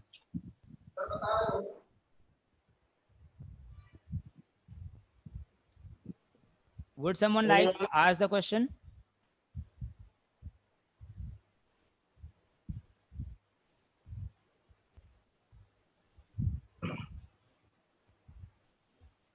चलिए, क्वेश्चन हमें लग रहा है कि अब किसी के यहाँ नहीं है। Okay. मुकेश जी, आपका क्वेश्चन है कोई? हाँ सर, कह रहे हैं कि रोबोटिक्स जो लैब होते हैं ये किसी इंस्टीट्यूट के थ्रू होता है कि कॉलेज में ऑथराइज होते हैं या इंस्टीट्यूट कराते हैं या कोई कॉलेजेस है या कोई सेंटर है? देखिए सिंपल सी बात है, जैसे मान लीजिए आपने रोबोटिक्स के फील्ड में अपने कॉलेज के अंदर लैब स्टेबल करानी है, तो उसके लिए क्या करना होता है, आपके जो सुप्रीम अथॉरिटीज़ के लोग होते हैं वो, और जो आपके कोऑर्डिनेटर्स होते हैं वो स्टूडेंट, इनको मिलके एक रोबोटिक सोसाइटी बनाई जाती है। तो रोबोटिक सोसाइटी बनाने के बाद कॉलेज के अंदर आप क्या कर सकते हैं, पूरा एक पूरा प्रोसीजर होता है, जैसे अभी सर ने कहा कि गाइडलाइन होता है, तो वैसे एक गाइडलाइन आप लेते हैं, उसके बाद आप AKTU से अगर एफिलिएटेड है या डीम्ड यूनिवर्सिटी तो UGC से अप्रूवल लेंगे, ये AICT से अप्रूवल लेंगे, तो वो आपको अप्रूव कर देगा कि भाई देखिए आप अपने यहाँ रोबोटिक लैब स्टेबल करा रहे हैं, तो ये ठीक है, ये गाइडलाइन अगर पूरी हो रही है तो हम आपके कॉलेज में ऑथराइज करते हैं, रोबोटिक सोसाइटी बनाइए और रोबोटिक लैब स्टेबल कर लीजिए। तो AKTU हो या AICT हो या यूनिवर्सिटीज़ के लिए UGC हो, तो वो ऑथराइज करने के बाद आपको एक लेटर प्रोवाइड करते हैं कि हाँ हमें कोई प्रॉब्लम नहीं है, आप अपने यहाँ पर इसको स्टेबल करें, तो स्टेबल कर लीजिए। बस ये होता है कि बजट कौन दे रहा है, तो बजट उसके लिए प्रोवाइड कराने के लिए 2 चीज़ें होती हैं, या तो आप अपने एसोसिएटेड यूनिवर्सिटी से बजट ले लीजिए, या आपको जो इंडिया स्किल डेवलपमेंट की चीज़ें होती हैं वो लोग भी बजट प्रोवाइड कराते हैं, जैसे नेशनल स्किल डेवलपमेंट प्रोग्राम्स चलते हैं, तो उससे भी आपको बजट कॉलेज को प्रोवाइड हो सकता है। तो कुछ फंड कॉलेज रिलीज करता है, कुछ फंड आपको गवर्नमेंट की तरफ से मिल जाता है, और दोनों फंड को यूटिलाइज करा के गवर्नमेंट से ऑथराइजेशन लेके आप अपने यहाँ पर रोबोटिक सोसाइटी स्टेबल करने के बाद रोबोटिक लैब स्टेबल कर देते हैं। फिर लोग ये AICT से या जो भी उसकी अथॉरिटी के प्राइम अथॉरिटी के लोग होते हैं वो उस लैब को विजिट करेंगे, विजिट करने के बाद आपको सर्टिफाई कर देंगे कि हाँ जो हमारी गाइडलाइन है उसी गाइडलाइन के अकॉर्डिंगली आपकी लैब स्टेबल है, now you can run and you can produce the research and produce the robots as you want. तो ये सिंपल सा उसका कॉन्सेप्ट है सर, पूरी गाइडलाइन को फॉलो करते हुए वो चीज़ों को स्टेबल करते हैं जी। Thank you sir. Welcome welcome.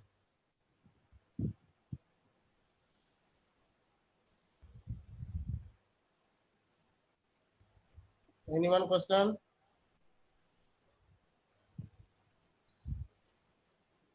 चलिए हम लोग आगे बढ़ते हैं। फर्स्टली महमूद अहमद सर, आपको बहुत बहुत धन्यवाद जो आपने रोबोट टेक्नोलॉजी के पे इंट्रोडक्शन, उसका एप्लीकेशन, एडवांटेज एंड डिसएडवांटेज, हाँ, how to manage the controller, हाँ, इन सब के बारे में जो भी हमारे टीचर्स एंड छात्रों को आपने बताया, उसके लिए बहुत बहुत धन्यवाद। मेन थिंग आपने जो सेंसर एंड ट्रांसड्यूसर के बारे में डिफरेंस बताया, वो मैक्सिमम हमारे स्टूडेंट्स को नहीं पता था कि सेंसर एंड ट्रांसड्यूसर के बारे में क्या क्या डिफरेंसेज होती हैं, and AI and machine learning, fourth, these are most important for the for robotic, AI and MI, machine learning. तो मैं आपका बहुत बहुत धन्यवाद करता हूँ। मैं कंक्लूजन के लिए संस्था के CEO श्रवण सर को कहता हूँ कि आप अपनी बातों को रखें।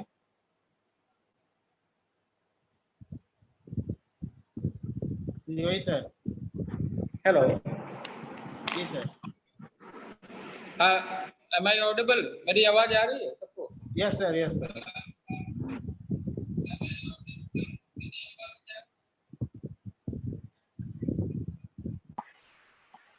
मेरे मोबाइल स्विच ऑफ होने वाली है, इतनी बैटरी खा गई, 3 घंटा लाइन पे 5% आके जाए पड़ी। सर कौन सर प्लीज।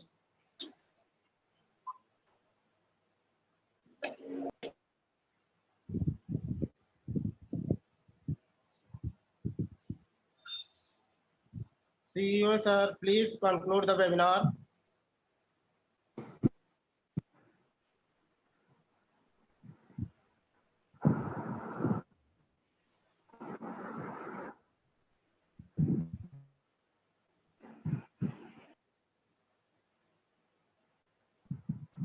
हेलो। जी सर।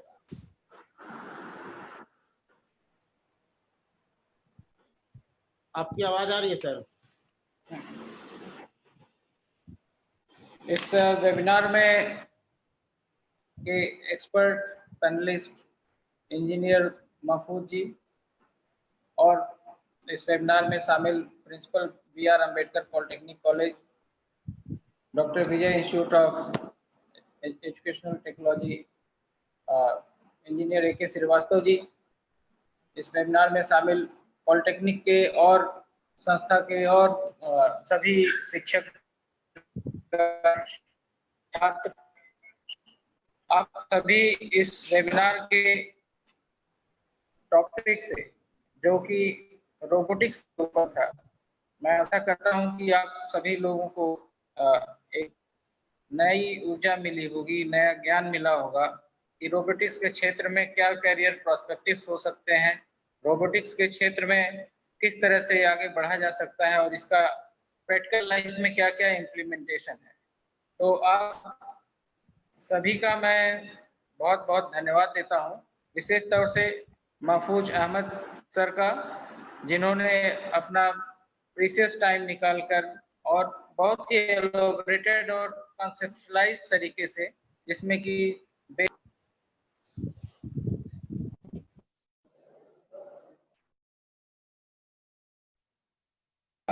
इसके लिए हेलो जी हाँ, धीरे धीरे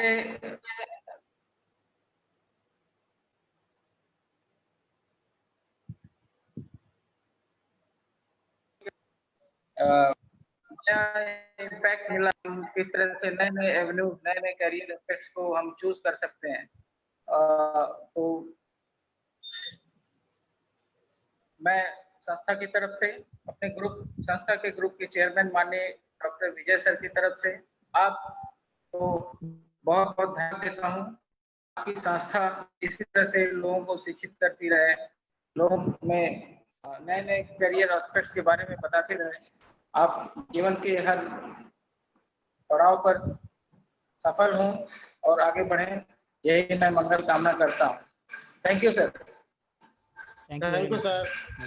थैंक यू।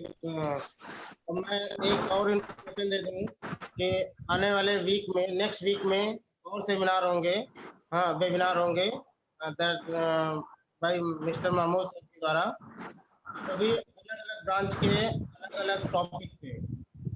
अभी ये रोबोट ऑल ब्रांच इंक्लूडेड थे।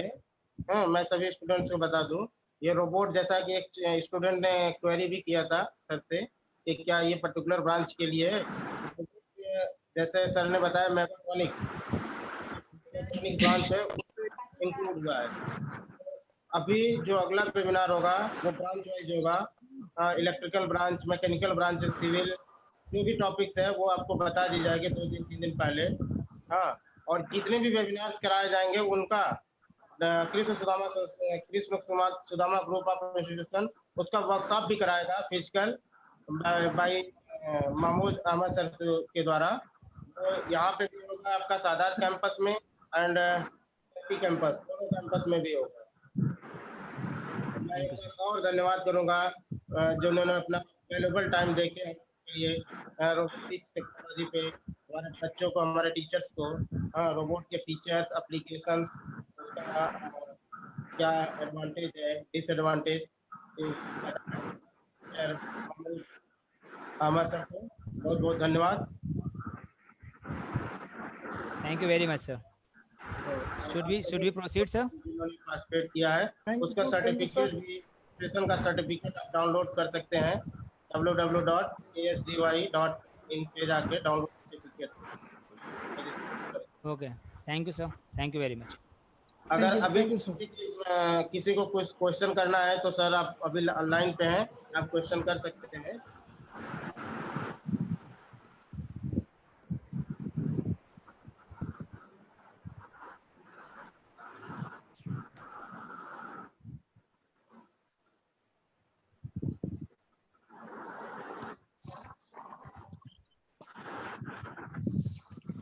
महमूद सर, महमूद अहमद सर, हम लोग अब Yes, sir. मीटिंग को लीव कर जाए। Yes sir, I hope we have to leave the meeting because of the students is not being interested to ask the question. Okay sir. Okay sir, Welcome. Thank you thank sir. You sir. Welcome sir.